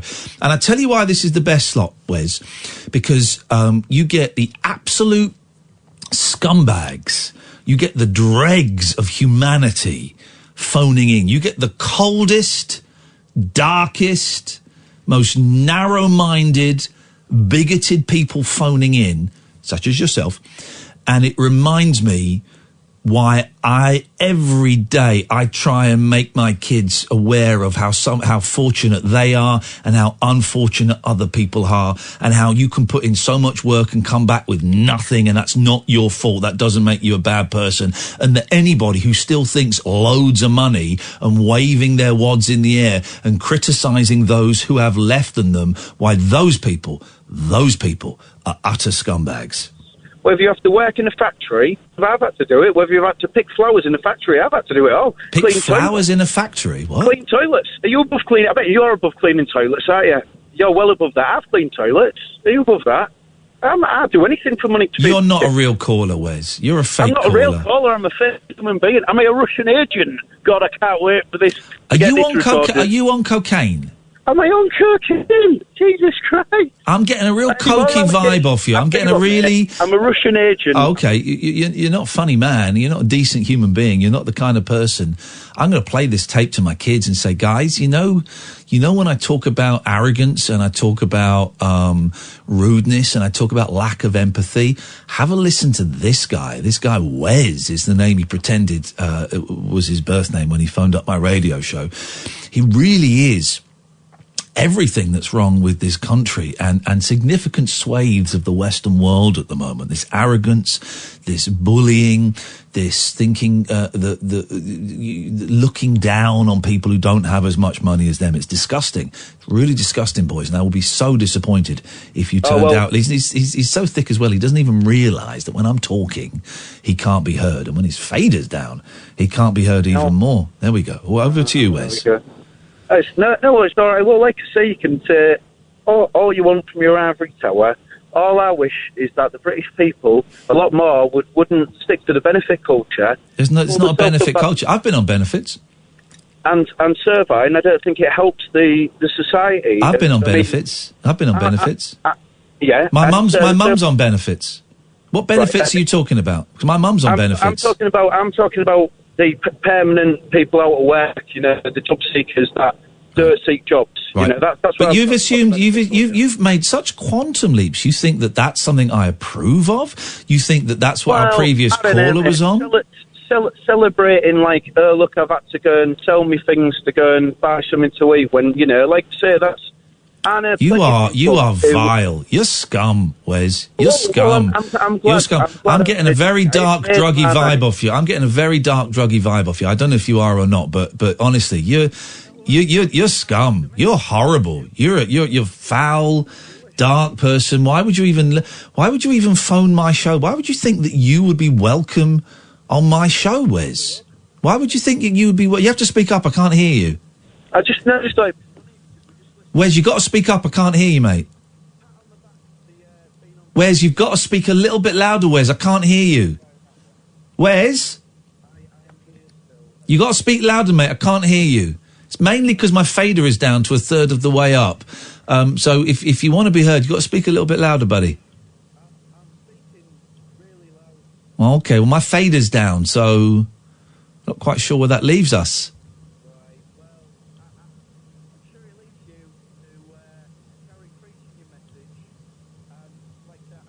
Prefer James Whale. James Whale's a brilliant presenter, but yet you still listen to this show and you phone this show. You've not phoned James Whale, you phoned this show. So I would say that's weird that you're now listening to and phoning to shows that you don't really like. God, you're thick. It took one call to get through, mate. Because we want a big queue. There's no queue for James's show either. I know, because this is a show where we accept anybody, even scumbags. Well, honestly, I'm gonna. Can I download this? Because this'll give me so much. You can't download this because this ain't going in the podcast because you're scum. Oh, it's not going in the podcast because I'm scum. Yeah. Thanks for your call, scumbag. Well, anyway. Okay, thanks so much for your call, scum. Thanks so much for your call. I really appreciate it. That is what is wrong with Britain. That is Brexit. That phone call there was Brexit. We just had a phone call from Brexit, and boy, oh boy, it sounded dark, didn't it? How can someone who looks down on others so much accuse you of being in an ivory tower? Yeah, exactly. Let's go to Dave. Good evening, Dave. Good evening. Good evening. Dave, you're not on speakerphone, are you? No. And I've got the phone to my ear hole. Okay, is that okay? Okay, I'm going to give you the benefit of the doubt. I'm happy. Okay, Dave. I'm Dave the artist. Oh, hello, Dave. And I'd like to be a reporter. Sorry? Well, go to reporting school. No, I've forgotten what you call it. What were you calling it? Not reporter. Oh, God. Help me here, I'm losing the plot. Okay. You mean a correspondent? That's the bloke. Well, what do you want to be the correspondent for? Art. Art's so boring, though, isn't it? But I'll narrow that down a lot. Yes. Not theatre. Yeah. Not theatre. Not theatre. No. Not film. Not film. Not contemporary art. Why don't you tell us what it is instead of what it's not? Okay. Anything that you find at the Royal Academy. Right, sorry? Anything? So, anything that you find at the Royal Academy of Art. Par example. For example, I'm looking at it now, and we've got stuff... You will not find your penis at the Royal Academy. No, definitely not. Well, I don't know, you might do. Damien Hirst. You never know. You never know if he chops your willy off and puts it in formaldehyde. It could be there. Damien Hirst has stuff. Trying to scare the kids. Stuff, you know. Yes. I'm looking at the moment. I'm looking at somebody's hand and somebody's head. Okay. So that's not weird at all. No, not in my world. No. I don't know what. I've not been to the Royal Academy for ages. So what would you see? What? I'll just report on anything you want me to do in the art world. No, but hang on a minute. Now you're changing. It doesn't work like that. All right. Tell me. If you have to be told, you have to feel it. Listen, these are the other correspondents we got, right? Nelly I know what you've got. What have we got? I can't remember. Tell me. Then maybe let me go through this list, and you'll see why yours doesn't fit. I put a punctuation mark there. Right. So far we've... Punctuation. Shut up. This conversation's definitely more lively than the last one. Well, okay. I'll give you that. So far we've got Nelly, who's our Lighthouses correspondent. Sophie, who is our solo holidays / swinging correspondent, and the word slash is there deliberately. Yeah. Adam, who's our psychic car correspondent. Craig is missed opportunities. Ollie is Mars. Danny is Twitter. The other Ollie is Are You Being Served? Katherine is spooky. Alistair is watching films on Netflix that nobody else watches. Lely is karaoke. And Gareth is half-assed political. So art is... I'll do the art that nobody else likes. Okay, we're getting close. For example? I'm looking at Damien Hirst. Yeah. I love Damien Hirst. I think he's a genius. I love Damien Hirst. He drew himself inside a rosette. Right, I love it. I love it, but that's art that I like. Yeah, this is why it's so vague, isn't it? So you like it, but somebody else might not. But you've said that nobody else likes. I like Damien Hirst. I think he's funny. Well, the kipper in formaldehyde's not very good, is it? I think it's funny. That he can cut a sheep in half and put it in a massive case filled with, formaldehyde, and people will pay millions of pounds for it. I think that's the greatest joke in the world. I love it. I'd like to do that, but never mind. Okay. Well, actually, it's just come up on my computer. Yeah. So, it's a bit open-ended, this art thing, isn't it, really? Exactly, and that's why it doesn't work. We need something more specific. Can't be nailed down, really. art could be a pile of bricks, or... Well, if you were the correspondent for art that is a pile of bricks, then we're talking. No, that's a gig. Actually, that I can do. Okay, so... Yeah, thinking about it. Hang on a second. We've got a brand new correspondent. It's the correspondent for art that's a pile of bricks. His name is... Dave. Okay, do you want to give us your first report now? Here we go. No. Here's our first correspondent update from our correspondent who's into art that's a pile of bricks. His name? Dave. Dave. Over to you, Dave. I visited a well-known building site this afternoon, and it was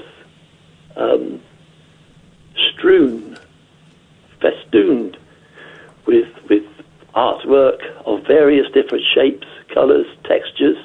That was great. That was the debut correspondent update from art that is a pile of bricks. Thanks to... Dave. Why did none of my sentences make grammatical sense there? Art. It's art. Thank you for that, Dave. 03444991000. This is Talk Radio. The radio show where the owls are not what they seem. Do you or have you ever watched Twin Peaks? The Late Night Alternative with Iain Lee. We could be dreaming and meeting each other in our dreams. On Talk Radio. Yeah, sure, why not? 03444991000 is the telephone number if you want to give us a call. Kath, what you got for us? Oh, so many things.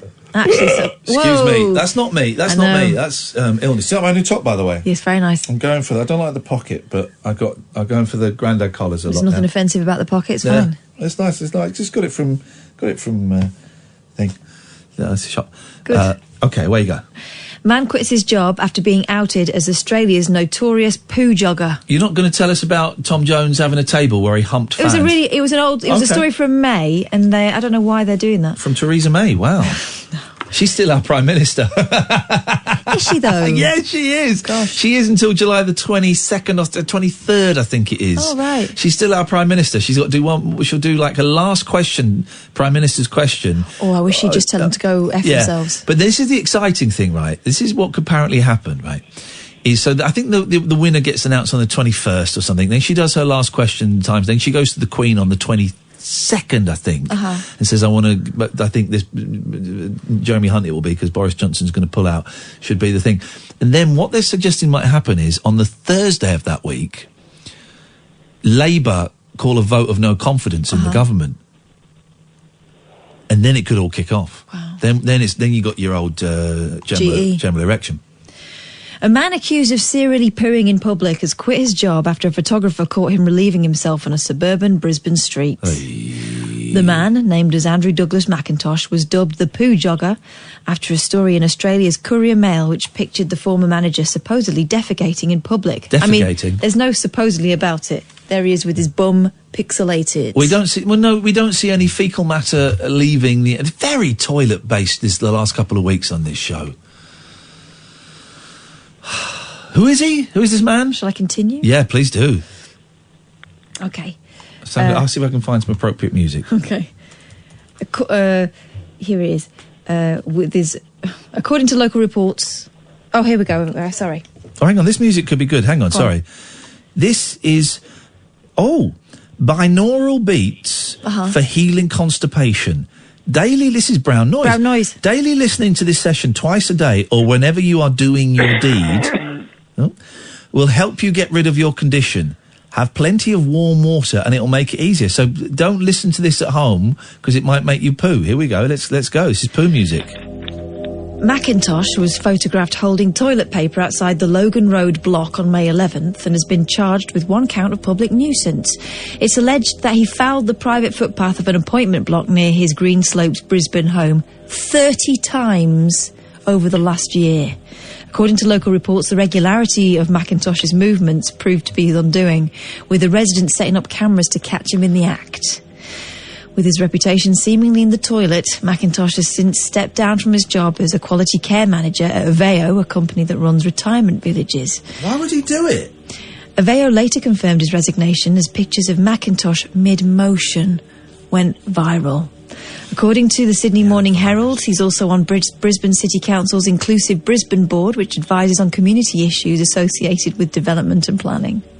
It's got to be a sex thing. It's got to be. 30 times. Well, apparently he's jogging, but, I mean, go before you go out. It's not known if he's also stepped down from that position. Here we go. So, yeah, that's the thing. 30 times. And it was happening so regularly, they managed to set up a camera and catch him in the act. What do you reckon to that, George? Well, it's a bit lavatorial. Well, we all do it. Even the Queen takes a dump every now and then. Not on the pavement. Yeah. But if she did, we would pretend we hadn't seen it. And scoop it up. I'm aspiring to become the rhyme minister. I've got all sorts of rhymes going on in my head.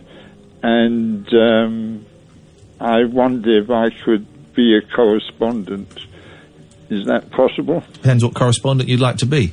I'd like to be the Bible correspondent. No. No, it's boring. It's not boring. It is boring. It's exciting. Bible's well boring.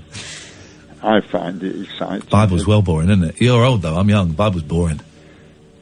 No, not now that I've exclusively linked myself to a biblical prophecy on talk radio.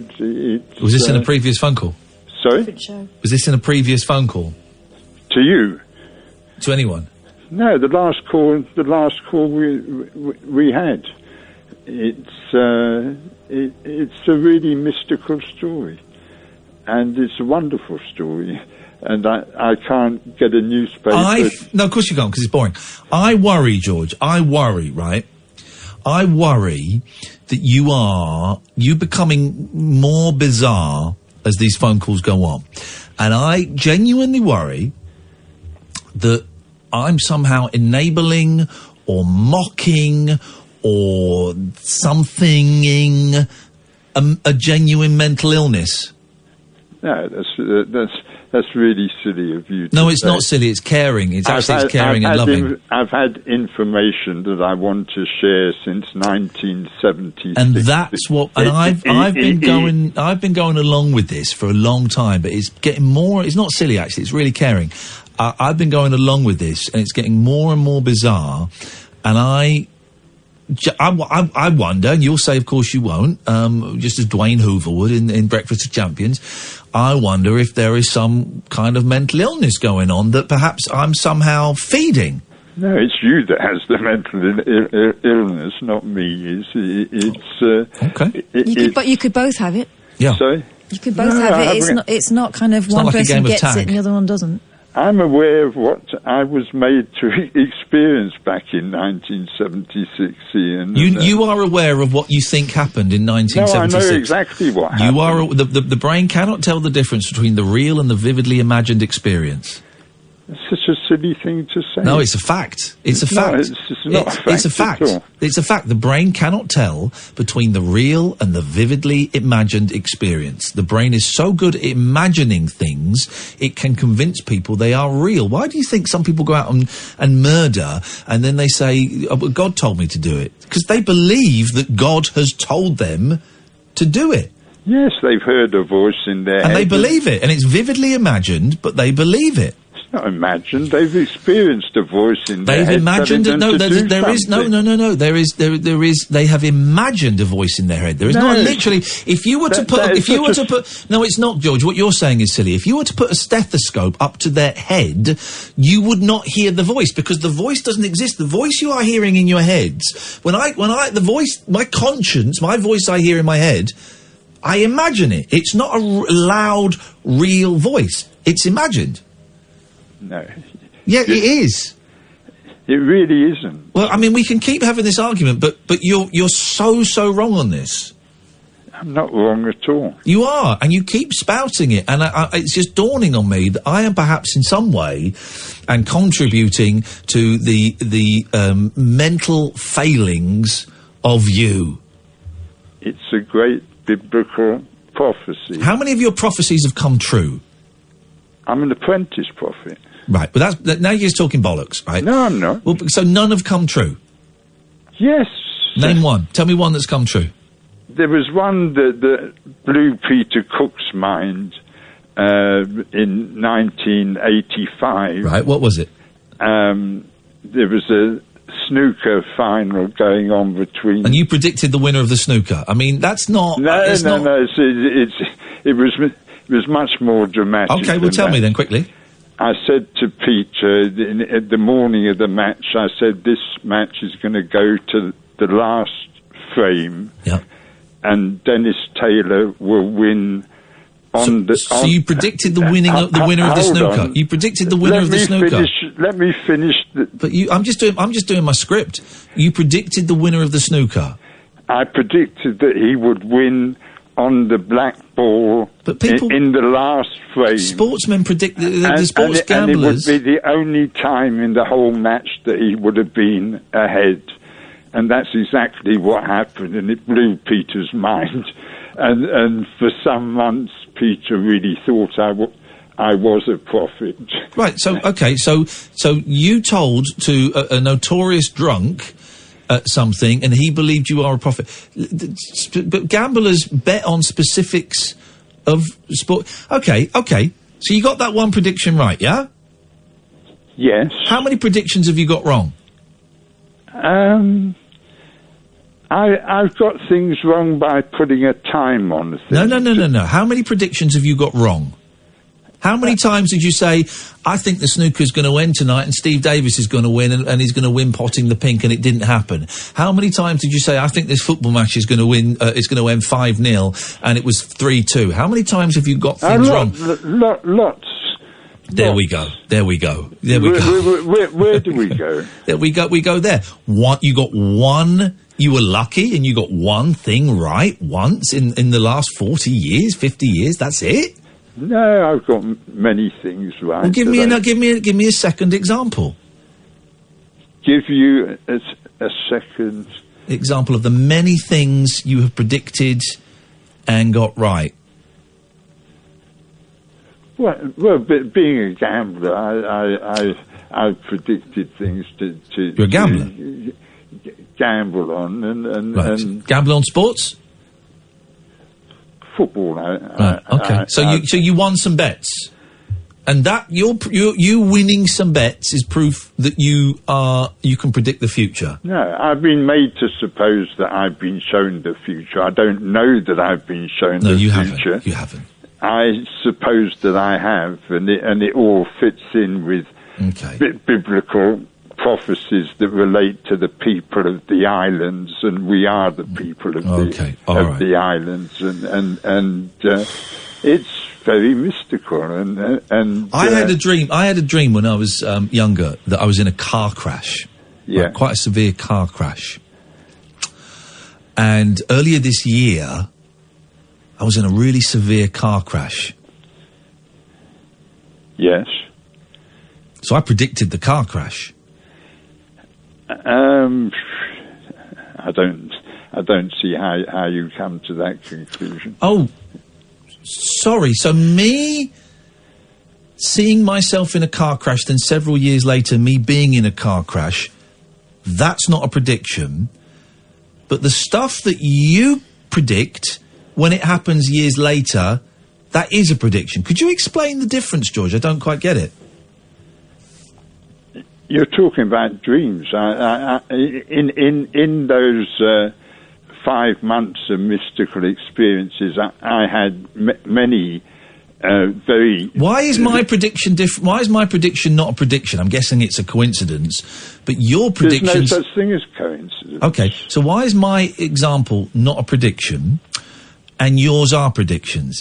It's not that old Rainbow George arrogance creeping in again, is it? No, you didn't go around saying I'm going to be in a car crash. He did. You did. I did. Did he? Yeah, I did. He did. Ever since I've known him, he said, I think I'm going to be in a car crash when I'm 45. So, is that a prediction? Yeah. Right. Yeah. So I'm psychic as well? No, you were made to suppose that, and you did suppose Or is it self-fulfilling prophecy?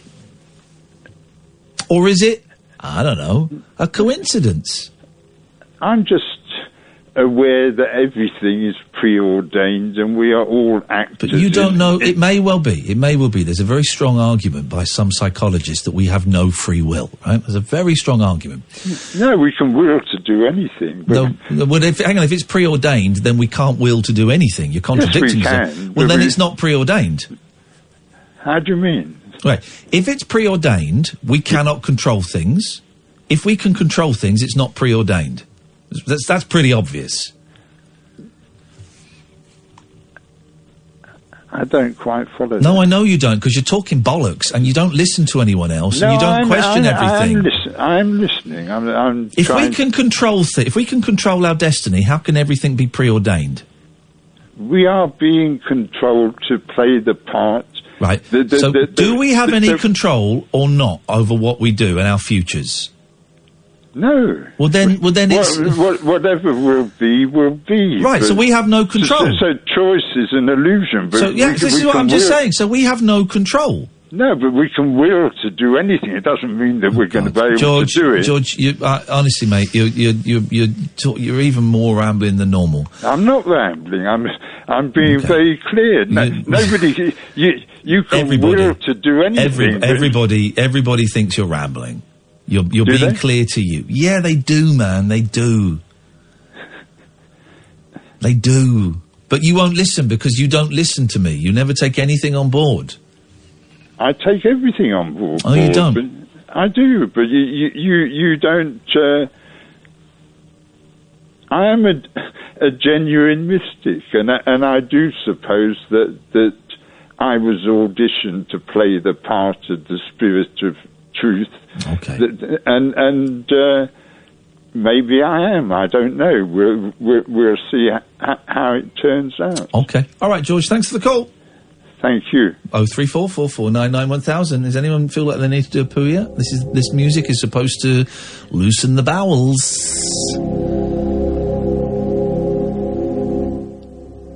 Okay. 03444991000. This is Talk Radio. Experience the unconventional. Evening, boss. The unpredictable. What's happening? And the completely unorthodox. Exactly. With rule-free Iain Lee. The Late Night Alternative with Iain Lee. I've got no internet for the last 4 days. On Talk Radio. 0344499. What are you doing? Sneezing. Well, stop it. It's rude. I've stopped. Bless you. Thanks. I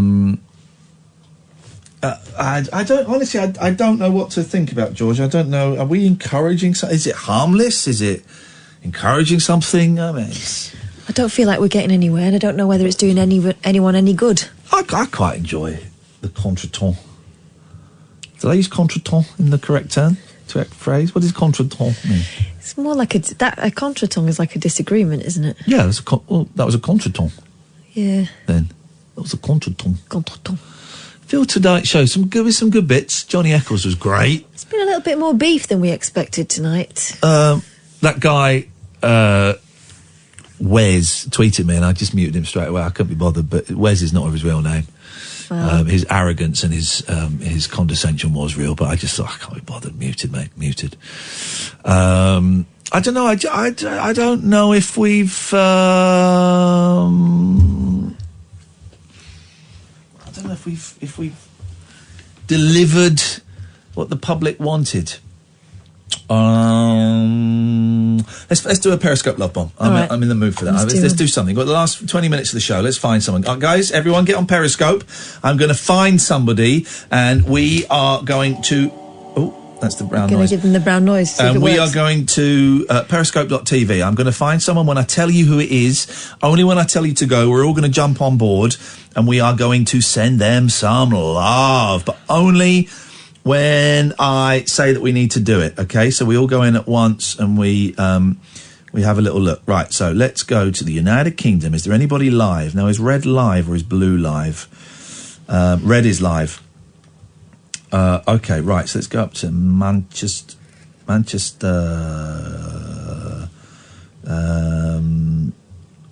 got to be careful. I don't want any swears.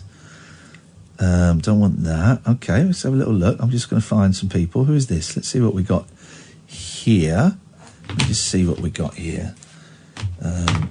Let's see, is there anything going on here? I don't even know where I put my headphones. How do you activate it? She's trying to activate the camera. This could be good. How you activate it? How do you do that? This could be good. How do you do that? Oh, you don't have to tell me how to do it.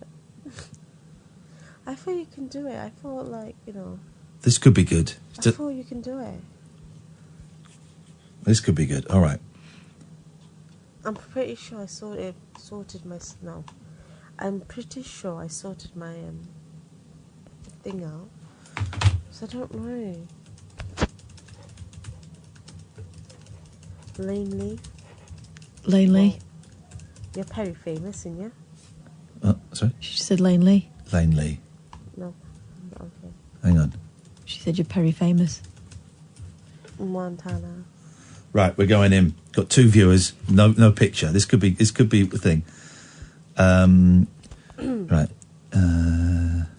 I don't understand what you're saying, mate.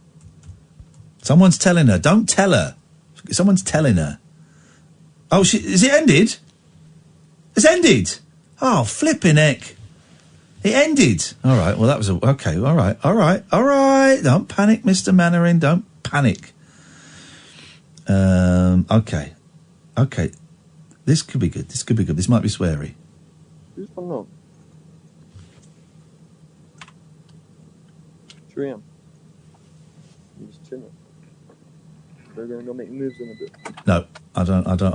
I'm dubious. Here we go. Well, that's got 47. Who's this with 47? Oh, okay, they just switched it off. Okay. All right, so bear with me, guys. Bear with me. Is that you, my G? Yes, my screenshot, Mario. Okay. I'm not sure what's going on there. Stay with me, we'll find something. Who's this? Oh, look, you're so annoying. Okay. Got there just in time.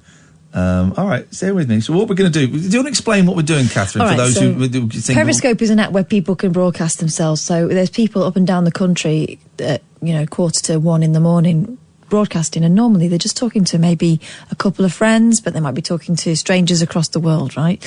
So what we're going to do is try and find someone who isn't swearing, but who's online now, and who's having a little chat, and who's not expecting a load of really well-meaning, warm individuals, Oslo, to go into their Periscope feed and tell them that they're brilliant, basically.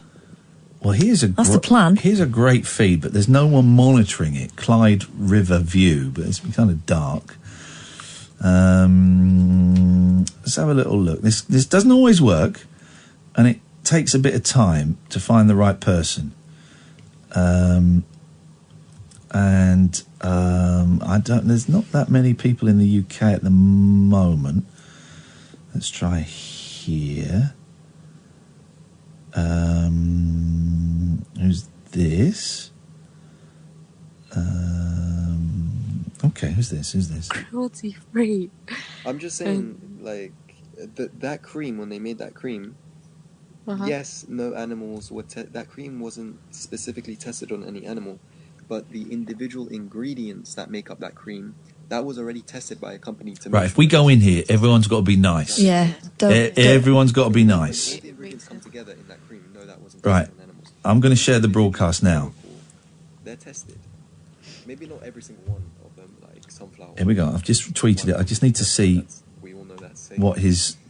Yeah, so what happens is they shave the skin. Javier_2196. So go to periscope.tv, Javier, JAVIER_2196. Periscope.tv /Javier, JAVIER_2196. Be nice. It's gone from 7 up to 24. Wow. I don't know how or why, but it causes tumours apparently. I mean, okay, all right, okay. 35. Here we go. Javier _2196. Can you boost this up a little bit, please, Sam? It's a bit quiet. You've got a famous person you scope. Yeah. That's why my viewers are going up. He's noticed. Are you gassed? Okay, this is really weird. Here we go. Because I clicked on his 68. profile, and his profile isn't loading. His profile's loading for me, and he's got 53,000 followers. It's me they're talking about. 80. And I wonder what he did to do that, to get that. his scopes are there. His I'm scopes a are celebrity. They're like mine. What's he doing? I'm a celebrity. He just sat in a car. He just Over 100. Here we go. seems like he's just talking. You're a celebrity. Call yeah? me if I don't know maybe you. That's why. He does a lot of chit chats. Okay, some people are asking to join the call, but let's see that nothing too weird happens. Oh my goodness! Look at it I go. did. I'm a celebrity. You're on my Now this is getting a bit awkward. radio show right now. You're from Get Me Out of Here, yeah. Oh yeah. Oh, you're being love bombed. Hi guys. 122. I'm going to ask if I can join the phone call. How are you? I'm going to ask to join. Now this is a bit creepy. Don't be creeped out, brother. You can't hear me now. I'm joining. Let me check. Let me see. Let me see. I'm joining. Yeah, hey. Hey, man, how you doing? I'm good, and you? I'm good. Please don't be freaked out. This is not meant in any way to be freaky. We are Periscope love bombing you on our radio show. So please don't swear, but you're on the radio. We just wanted to, this is not freaky, this is not in any way trolling or mean.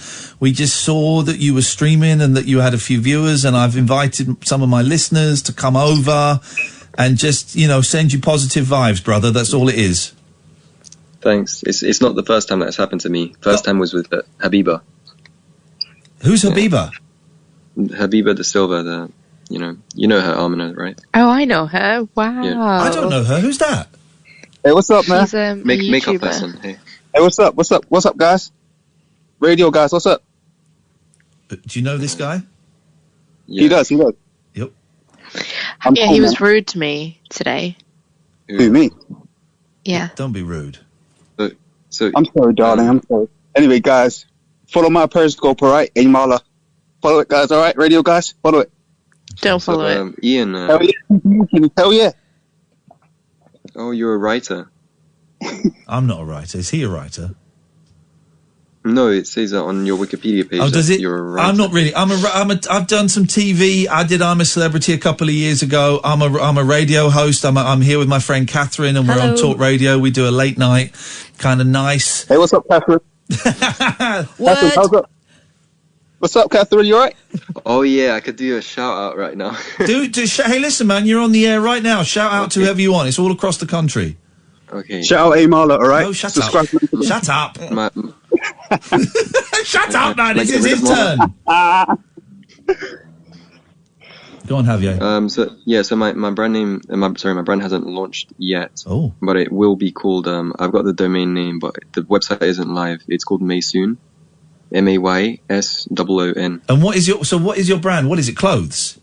No, it's skincare and hair care products. Oh. Which I make myself, yeah. We joined you halfway through as you were talking about the tested, not tested on animals thing. So what makes you want to do this, man? Well, I'm into like a lot of experimental science. Wow. So anything that I can really get my hands on, I'm just interested in. What do you mean by experimental science? Isn't all science experimental?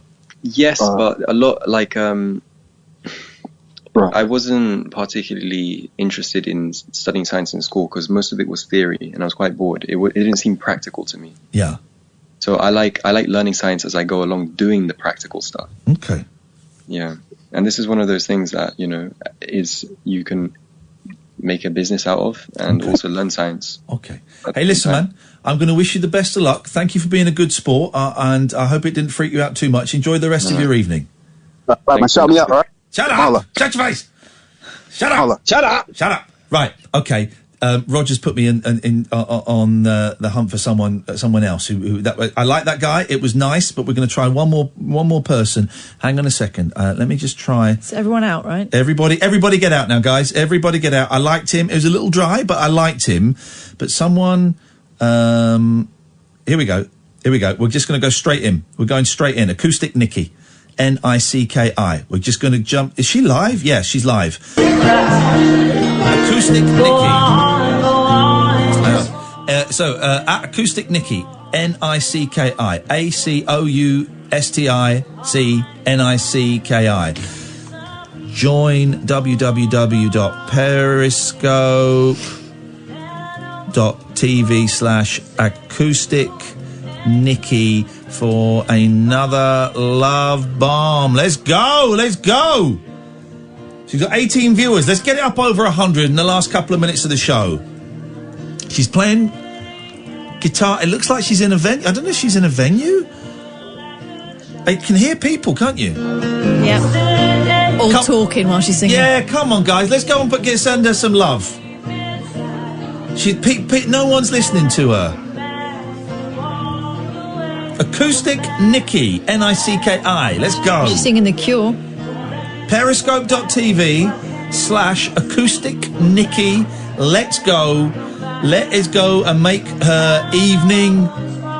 She's got 48. She's up from 17 to 48. Come on, guys. Let's get her over 100 and let's listen to what she's doing. 64.